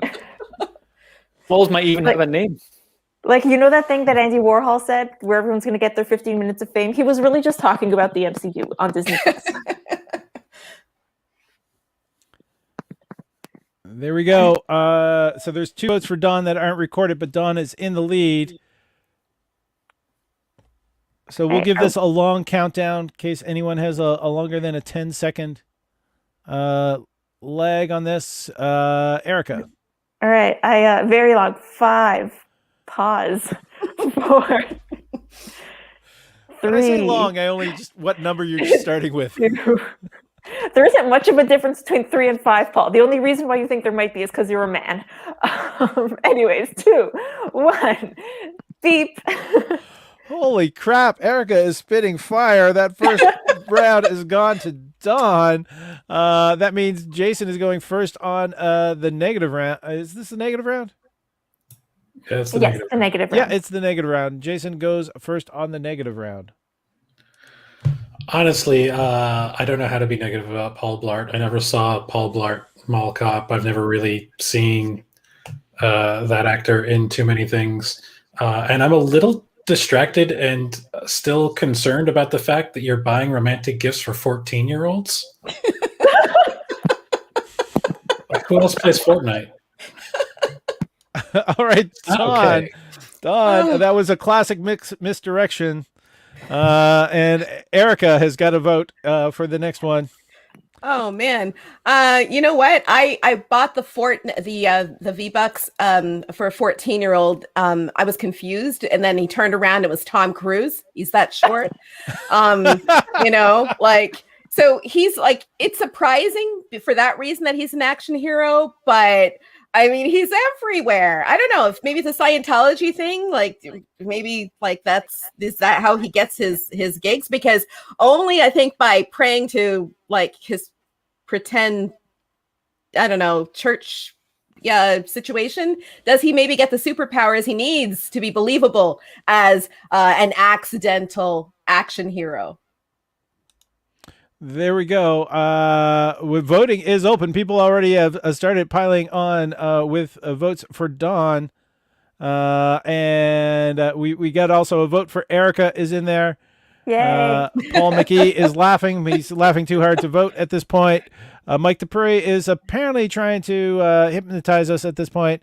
And Tim Rowcliffe is voting for Tim Riel As our unlikely action hero? Yeah, I don't know. Maybe it's unlikely action hero, but he is the person who is running the Codename show on Twitch, and it's on YouTube still, correct?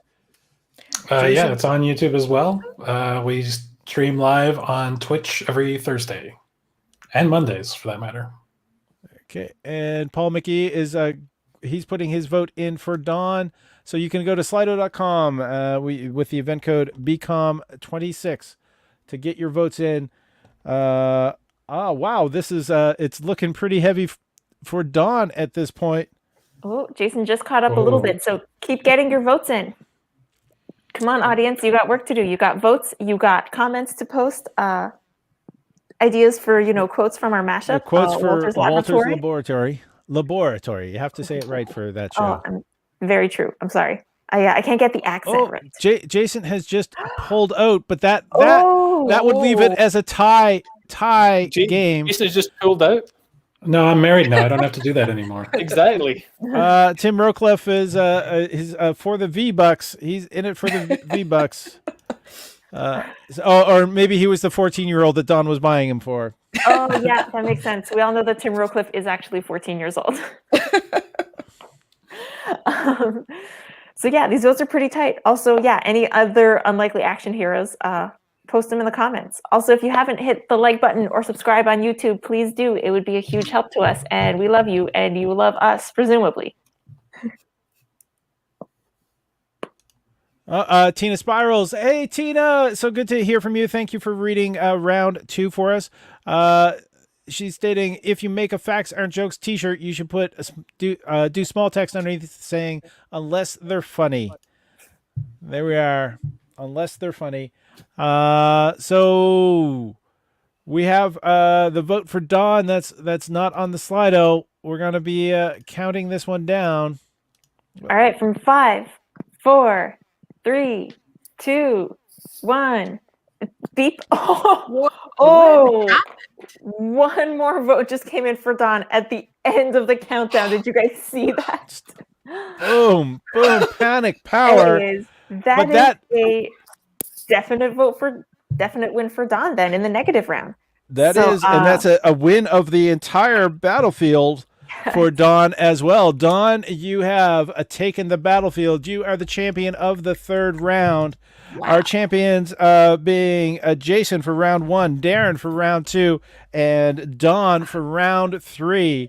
Those are the end of the battlefield, but the show's not quite over yet, as we need to hear what your quotes would be from Walter's Laboratory. Somebody has told me that they've sent me a messenger with it in, and since I can't quite access that and the show at the same time, yes, okay, it was a digital thing. Let's see if I can show that on screen.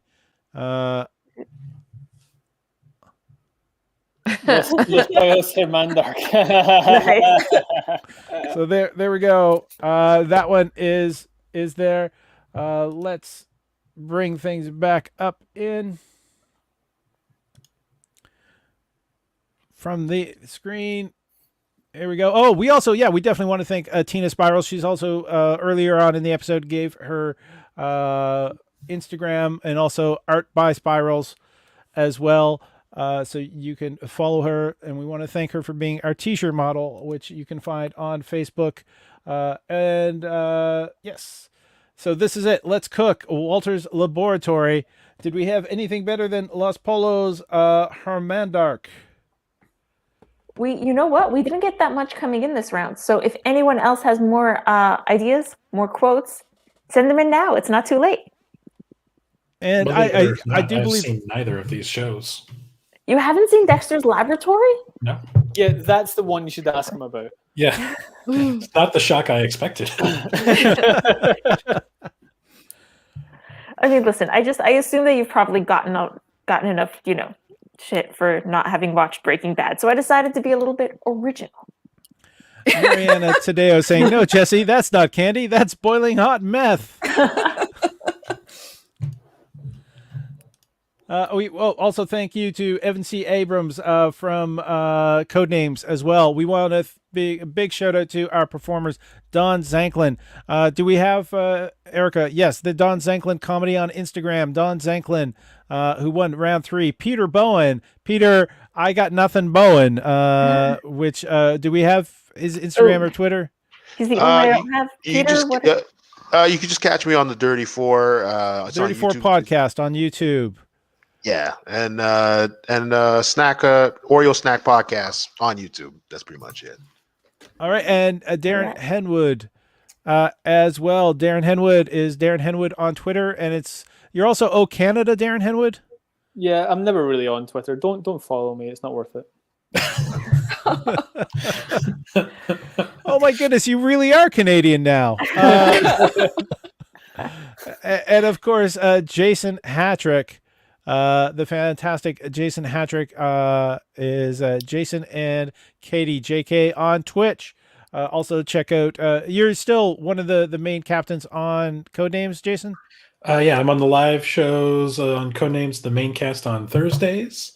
I'm found here on BattleCOM. I write for O Canada when that comes back. And Katie and I stream video games on Wednesday nights. So come check us out on Twitch.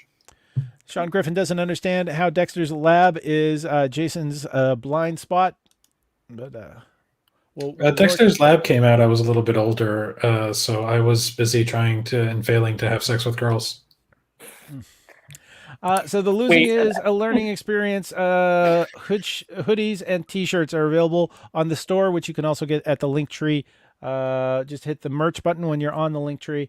But also buy a drink. Make sure that we can spread some of the money to these fantastic performers who gave of their time tonight to be here to entertain you, because they spent time writing the jokes and being here for everyone. So I want to definitely express my thanks to these performers for helping us spend a nice Monday evening. I'm going crazy. Thanks for giving the world content during the pandemic, Paul Ash. Yeah. Yes. Thank you, Paul. Yeah, you're here.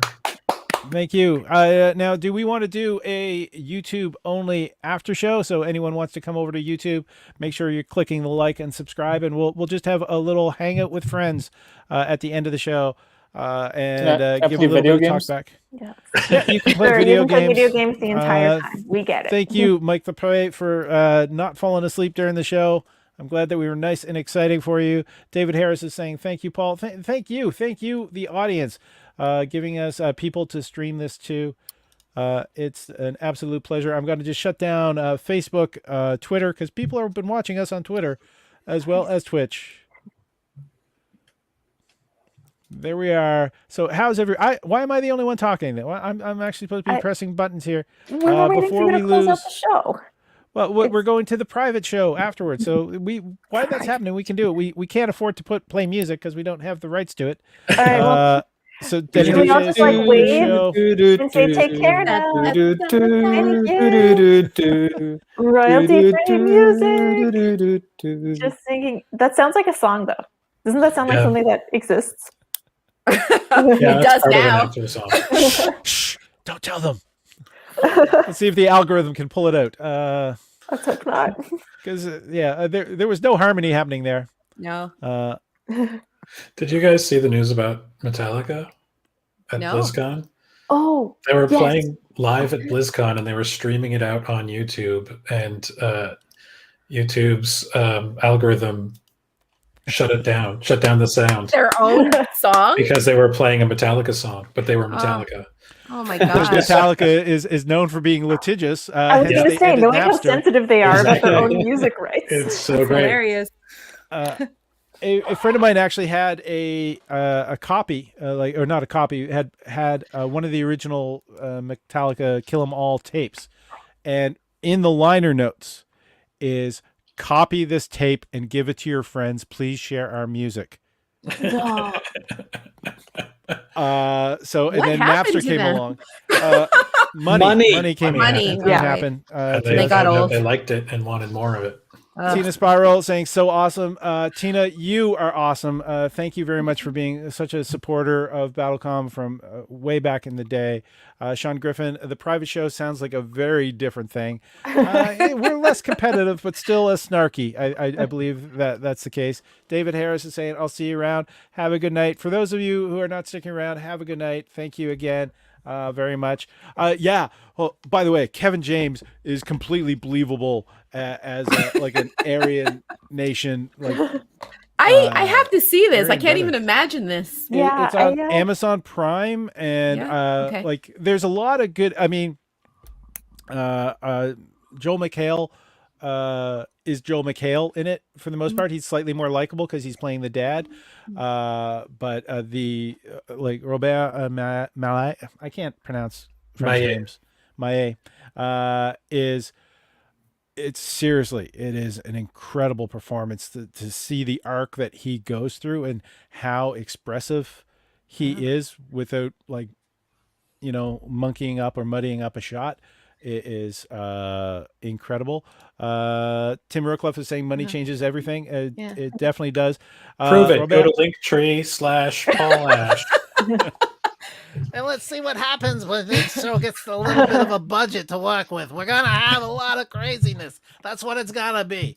I totally thought that he Kevin James would have gone for like the new Chris Farley, because seeing the mall cop thing, I thought, okay, that's all. Like if Farley wasn't dead, he'd be in that movie or movies like it. I thought you were implying that Kevin James should overdose and kill himself. Well, I haven't actually seen Mall Cop. I just read the Wikipedia. Kevin James is like when he started doing comedy, he was still fairly big, but he was doing backflips on stage. What? Yeah, did you see him in that wrestling movie? Like, no. There's a wrestling movie a few years ago. Yeah, Here Comes the Boom.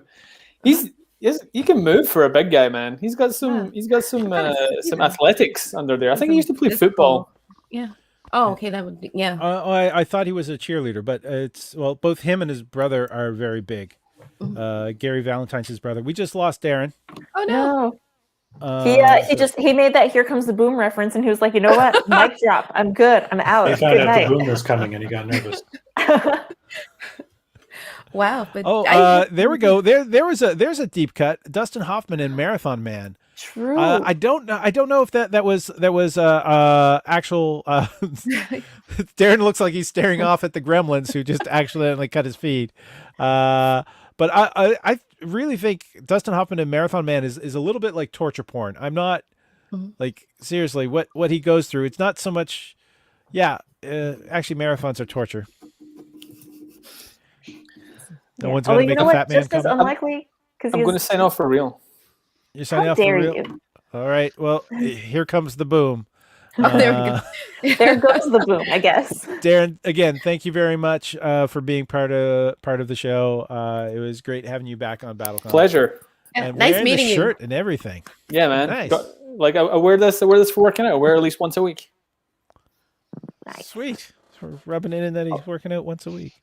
Oh no! I just wear this once a week. I work out like 5 days a week. All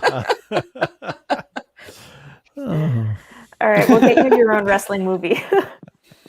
All right, thank you very much, everyone. Thank you. Thank you. Bye, Darren. Good night. So yeah, it's but yeah, Kevin James and his brother is Gary Valentine. They're both comedians and actors. Gary Valentine appeared on the King of Queens with him. Both of them are very nice guys. I know who you mean. Kevin James, physically, he is. I thought he was like a what do they call them when they don't call them cheerleaders anymore? Pep squads or whatever. I thought that was his sort of background from university, but maybe he played football. I can't remember. I don't know. Cool. Yeah. Oh, there we go. Unexpected villain, Betty White in Lake Placid. What? That was the start of her comeback, I think, because she played the most foul-mouthed person and still so lovable Betty White in that film. And to think that she was actually the person feeding and growing the mutant crocodiles. Awesome. And that's Tim Rookcliffe brings up, reminds me of a very good point. Send us your suggestions.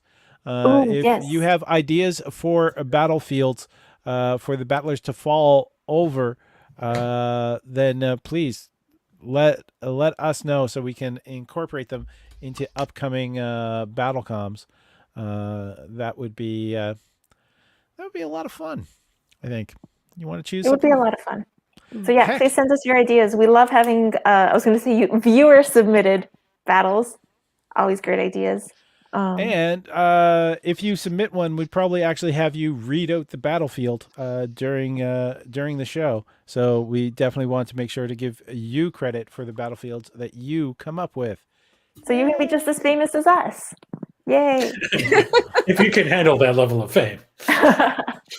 Yeah, have people recognize you as Johnny Plunger, but not know that that's the name of your character.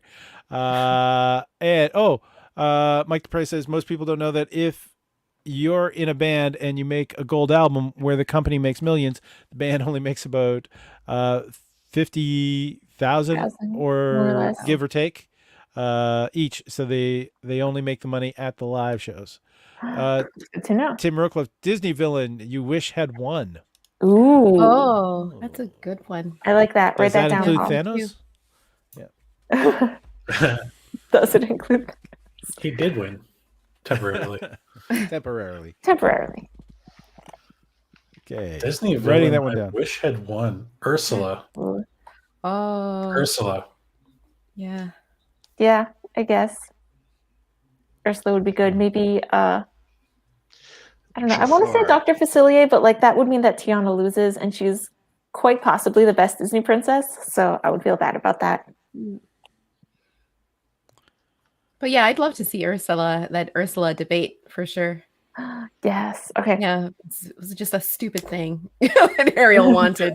I mean, Ursula's whole argument was don't give up your whole life for a man Yes, exactly. That's who's really not going to exactly- let you talk. Yeah. By the way, that doesn't sound like a villain. Exactly.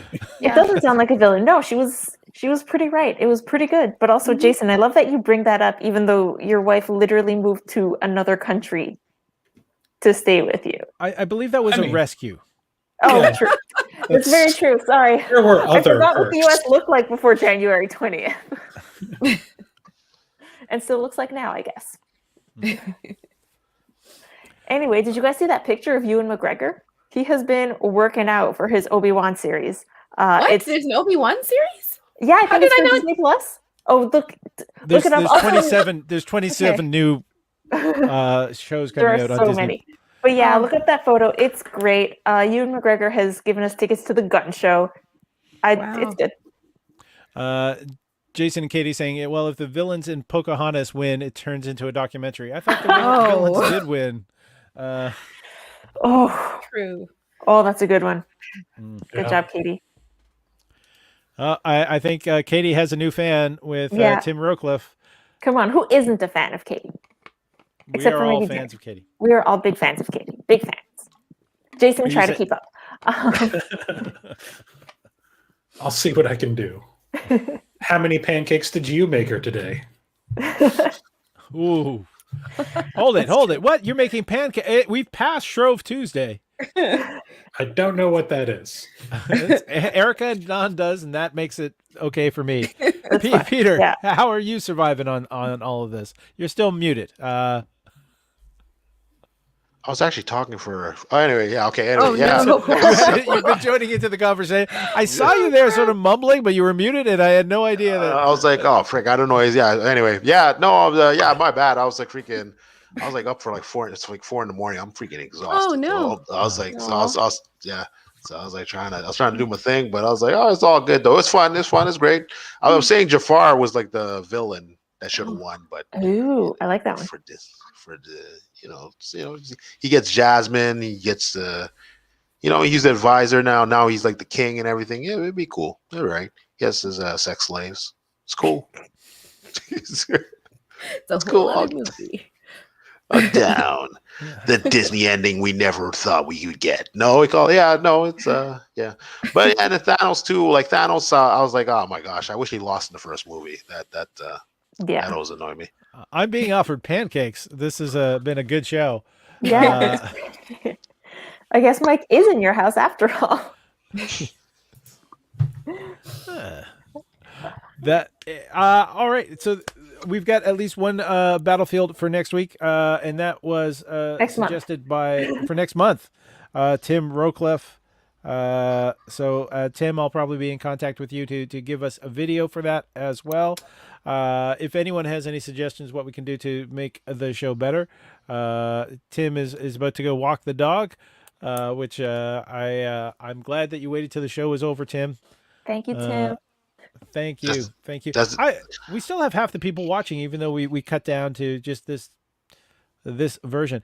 Has anyone watched anything really cool in the past week that they want to kind of mention? Like I said, Becky kind of, like when I saw the trailers, I thought it was great, but it hadn't been out yet. And then I kind of forgot about it. And then I realized it was on Amazon Prime and I watched it. I'm kind of late to this game, but I've been watching The Expanse finally. Oh, it's real good. It is real good. There we go. Sean Griffin is saying, walk the dog. Walk the dog in quotation marks. Tim is actually like a champion yo-yo player.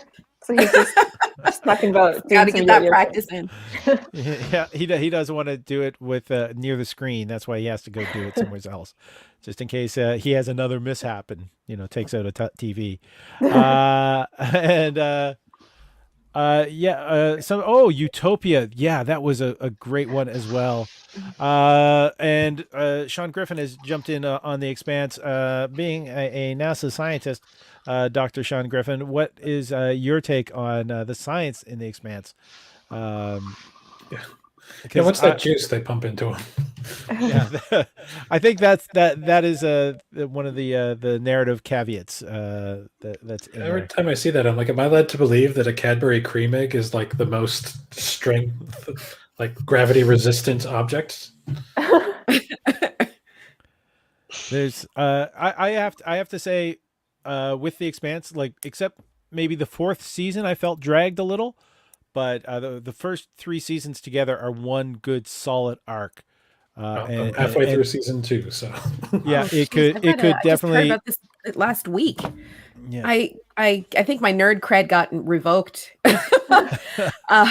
So where is The Expanse? Is it on Prime too, or is it on Prime Video? Yeah, it's on Prime. Okay. Yeah. We've got Mike Depre, I believe, is watching it now too. It's awesome. I do have to say, Tina Spiral's suggestion of Utopia. Oh wow! Hold it, Uptopia, is that different from Utopia, or it? I don't think so. I don't know for sure. I'm thinking it's just but yeah, Utopia. The juice, I think might be meth.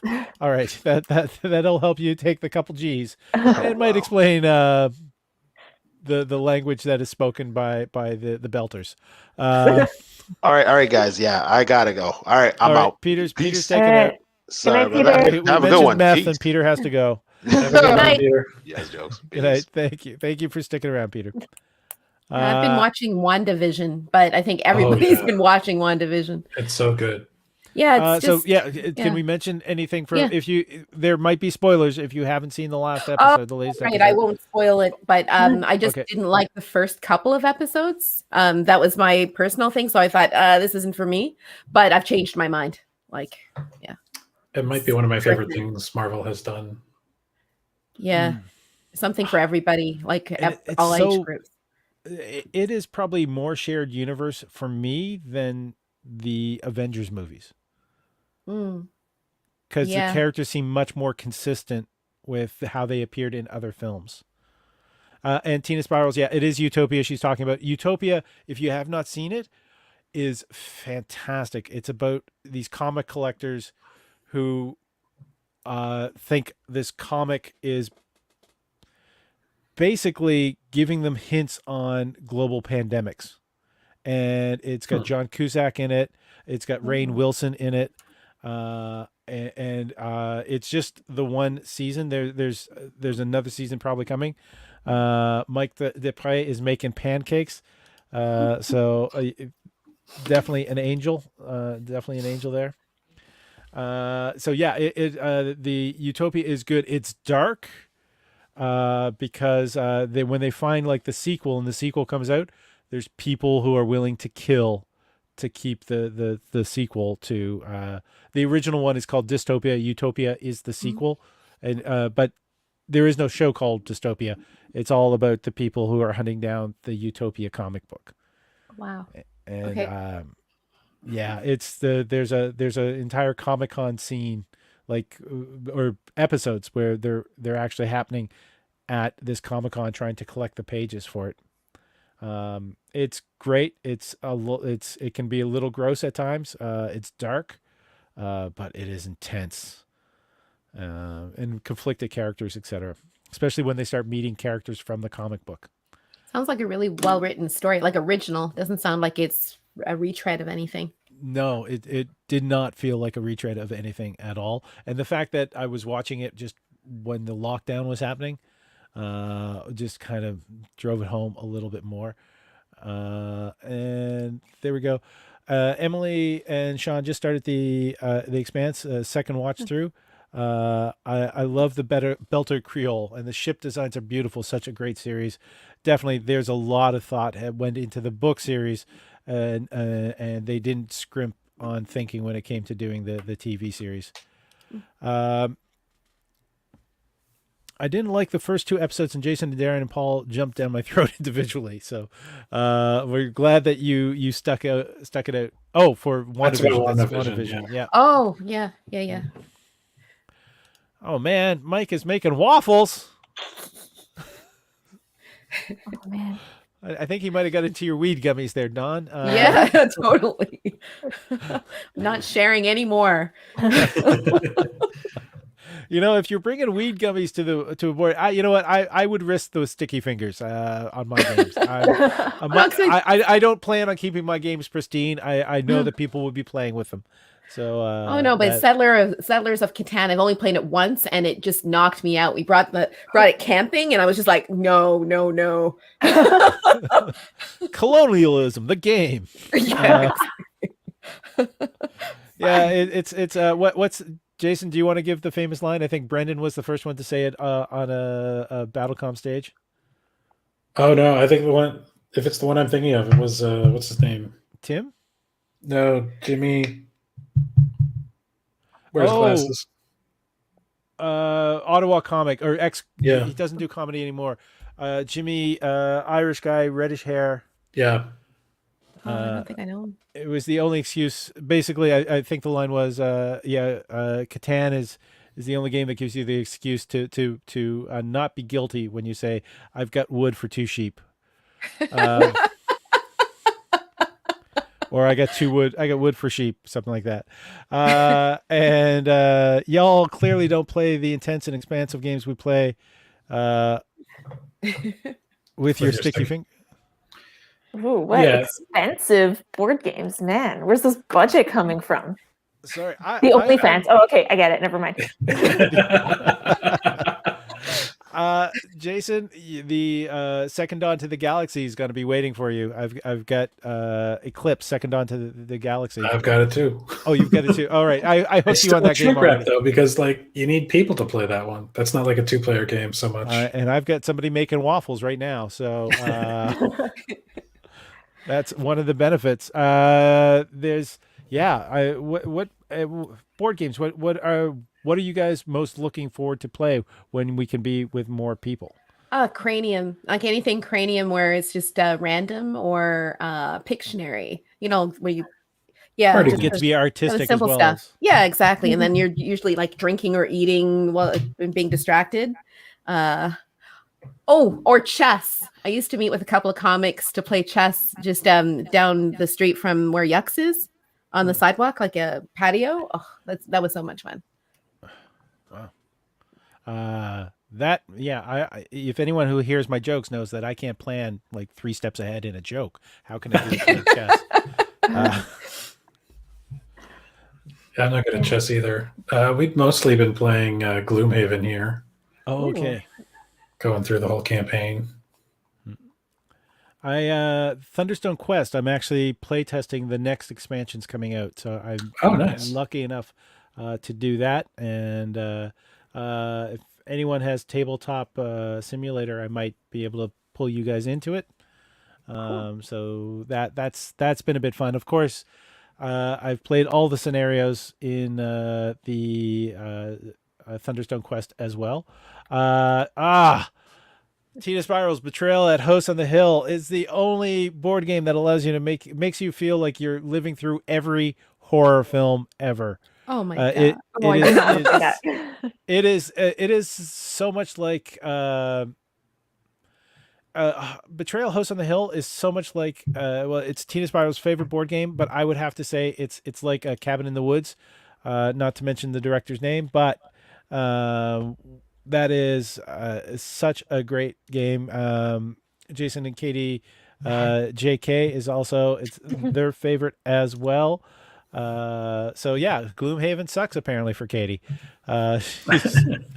She'd rather just play House on the Hill. It's the idea of that there's a random haunt. If you remember in Cabin in the Woods when they're poking through the basement and everyone's betting on what the haunt is going to be, what the curse is going to be that will sacrifice everybody. That's what happens in Betrayal at House on the Hill. And then one of the players, because you start out all playing together, and then one of the players becomes the bad guy. Ooh. And most scenarios, I think there's one or two scenarios, and there's like 50 scenarios. I can't remember with the expansion, the Widow's Walk expansion. There's a couple scenarios in which just the host itself is the bad person, and you still all have to work together. But for most of them, it turns out one of you had a secret agenda that you only realized once the curse starts. And it can be everything from like a vampires running around to slime filling the house to somebody is just a slasher killer. It's pretty interesting. The legacy version of that game is really interesting too, where it takes you through the whole history of this house from like the mid 1700s through to modern day, and every time you play a game that's how it ends is what happened, and the deed to the house passes to one of the families sitting around the table, and then you play the next generation of those families. Sean Griffin is saying, does anyone want to join his Frosthaven party? And yeah, Teen Spirals with the expansion over 100 haunts, I believe. Okay, wow. So the thing is that the haunts are random, so some come up more often than others. And with the preset characters.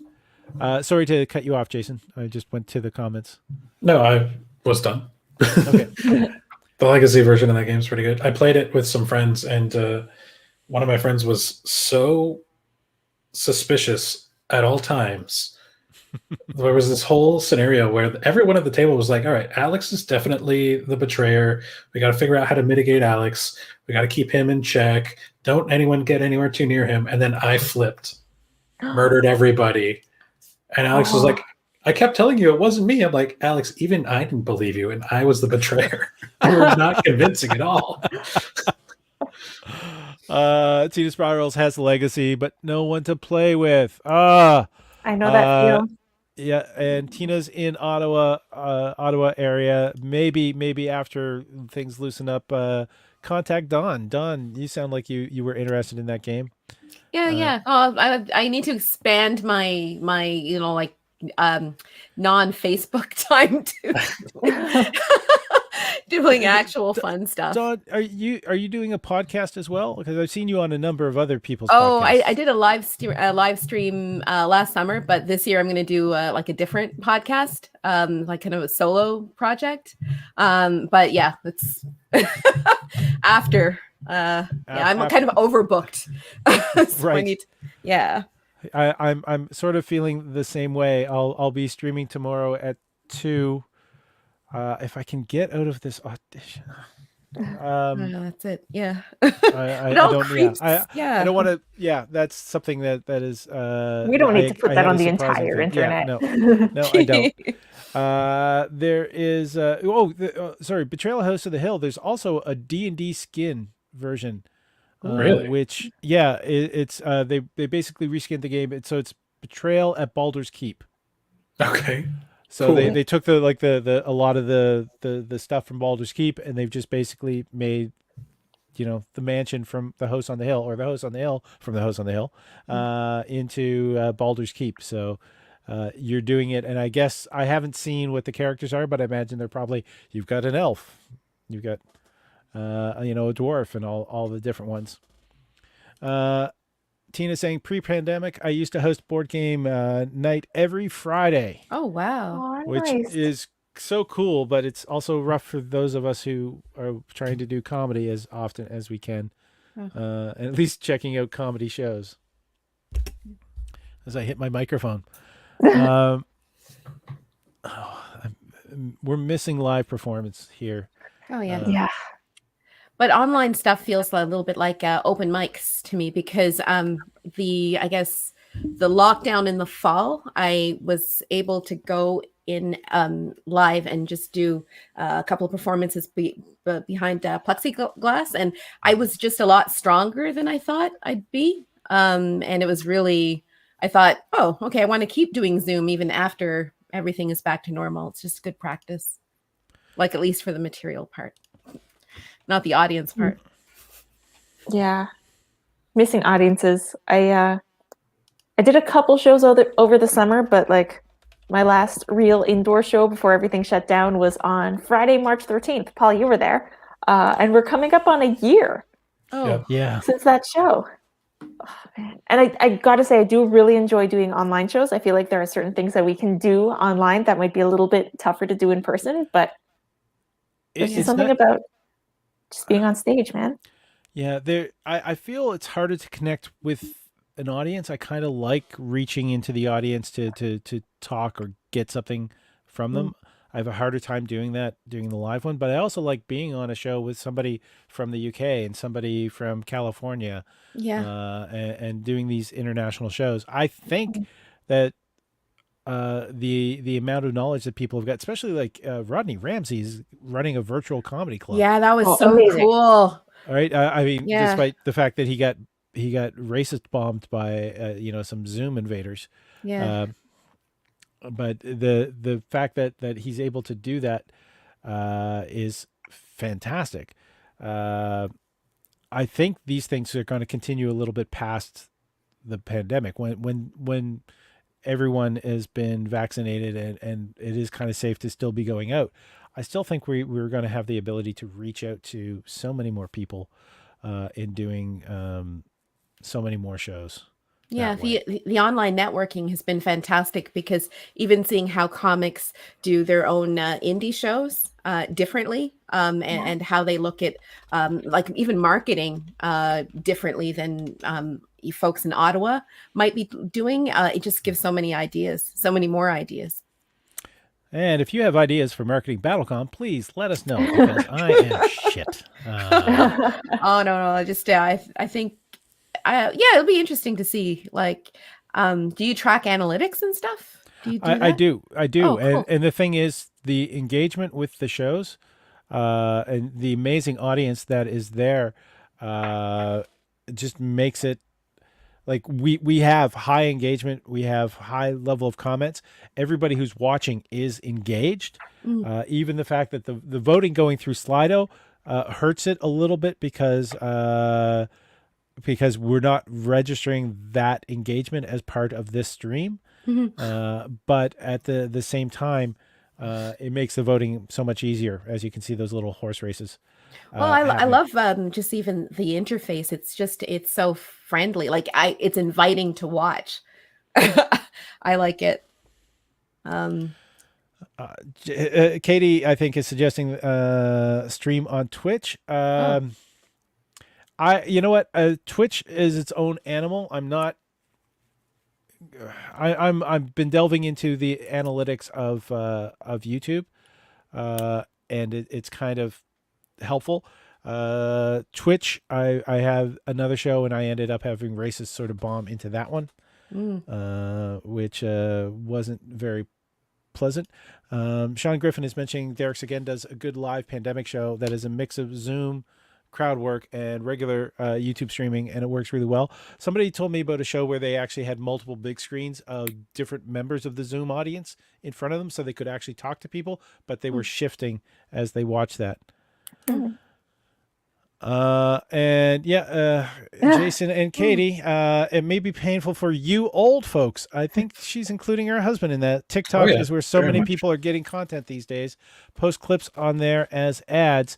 That's a great idea. Yeah. It is. It would be a great idea if it wasn't for the fact that I have military family and military ex-family who have contracts with the government that require them not to have TikTok installed on any of their devices or devices that go into their homes. Yeah. Because China. Because it is owned by the government of China, and there are security concerns with any device that has TikTok on it. Okay, but we're advertising to more than just your family members, right? Correct, but I don't want to. I don't want to give that much access to all my stuff to just anyone. Yeah. Except I do it with Facebook constantly. Where I'm saying we're on YouTube, so I'm safe to say that. Is that clear? Oh no. Let's just rewind. Let's just pretend we didn't have this conversation. It's fine. Thank you for the suggestion. We are gonna post to whatever social networks are cool. No comments. Whoop, whoop. So we are now at 2 hours and 20 minutes that we Yes, have been live. We've had a fantastic show, and I want to thank everybody who stuck around. Before we go, is there any questions that any of you out there have for us that doesn't involve me in that audition tomorrow? And Jason, are you doing something online regularly beyond Codenames? Because I mean, we've mentioned Codenames, and again, it's normally Mondays and Thursdays. Yeah. Thursday nights are the main cast night. Monday is more of a rotating cast, but Thursday nights are the one that I'm on, the main cast night. I've got O Canada with Darren Henwood that I write for, and Katie and I stream on Wednesday nights on Twitch. You can Jason and Katie JK. What do you guys do on Twitch? Is it just video game streaming? Yeah, we play video games, and we crack wise about the game we're playing.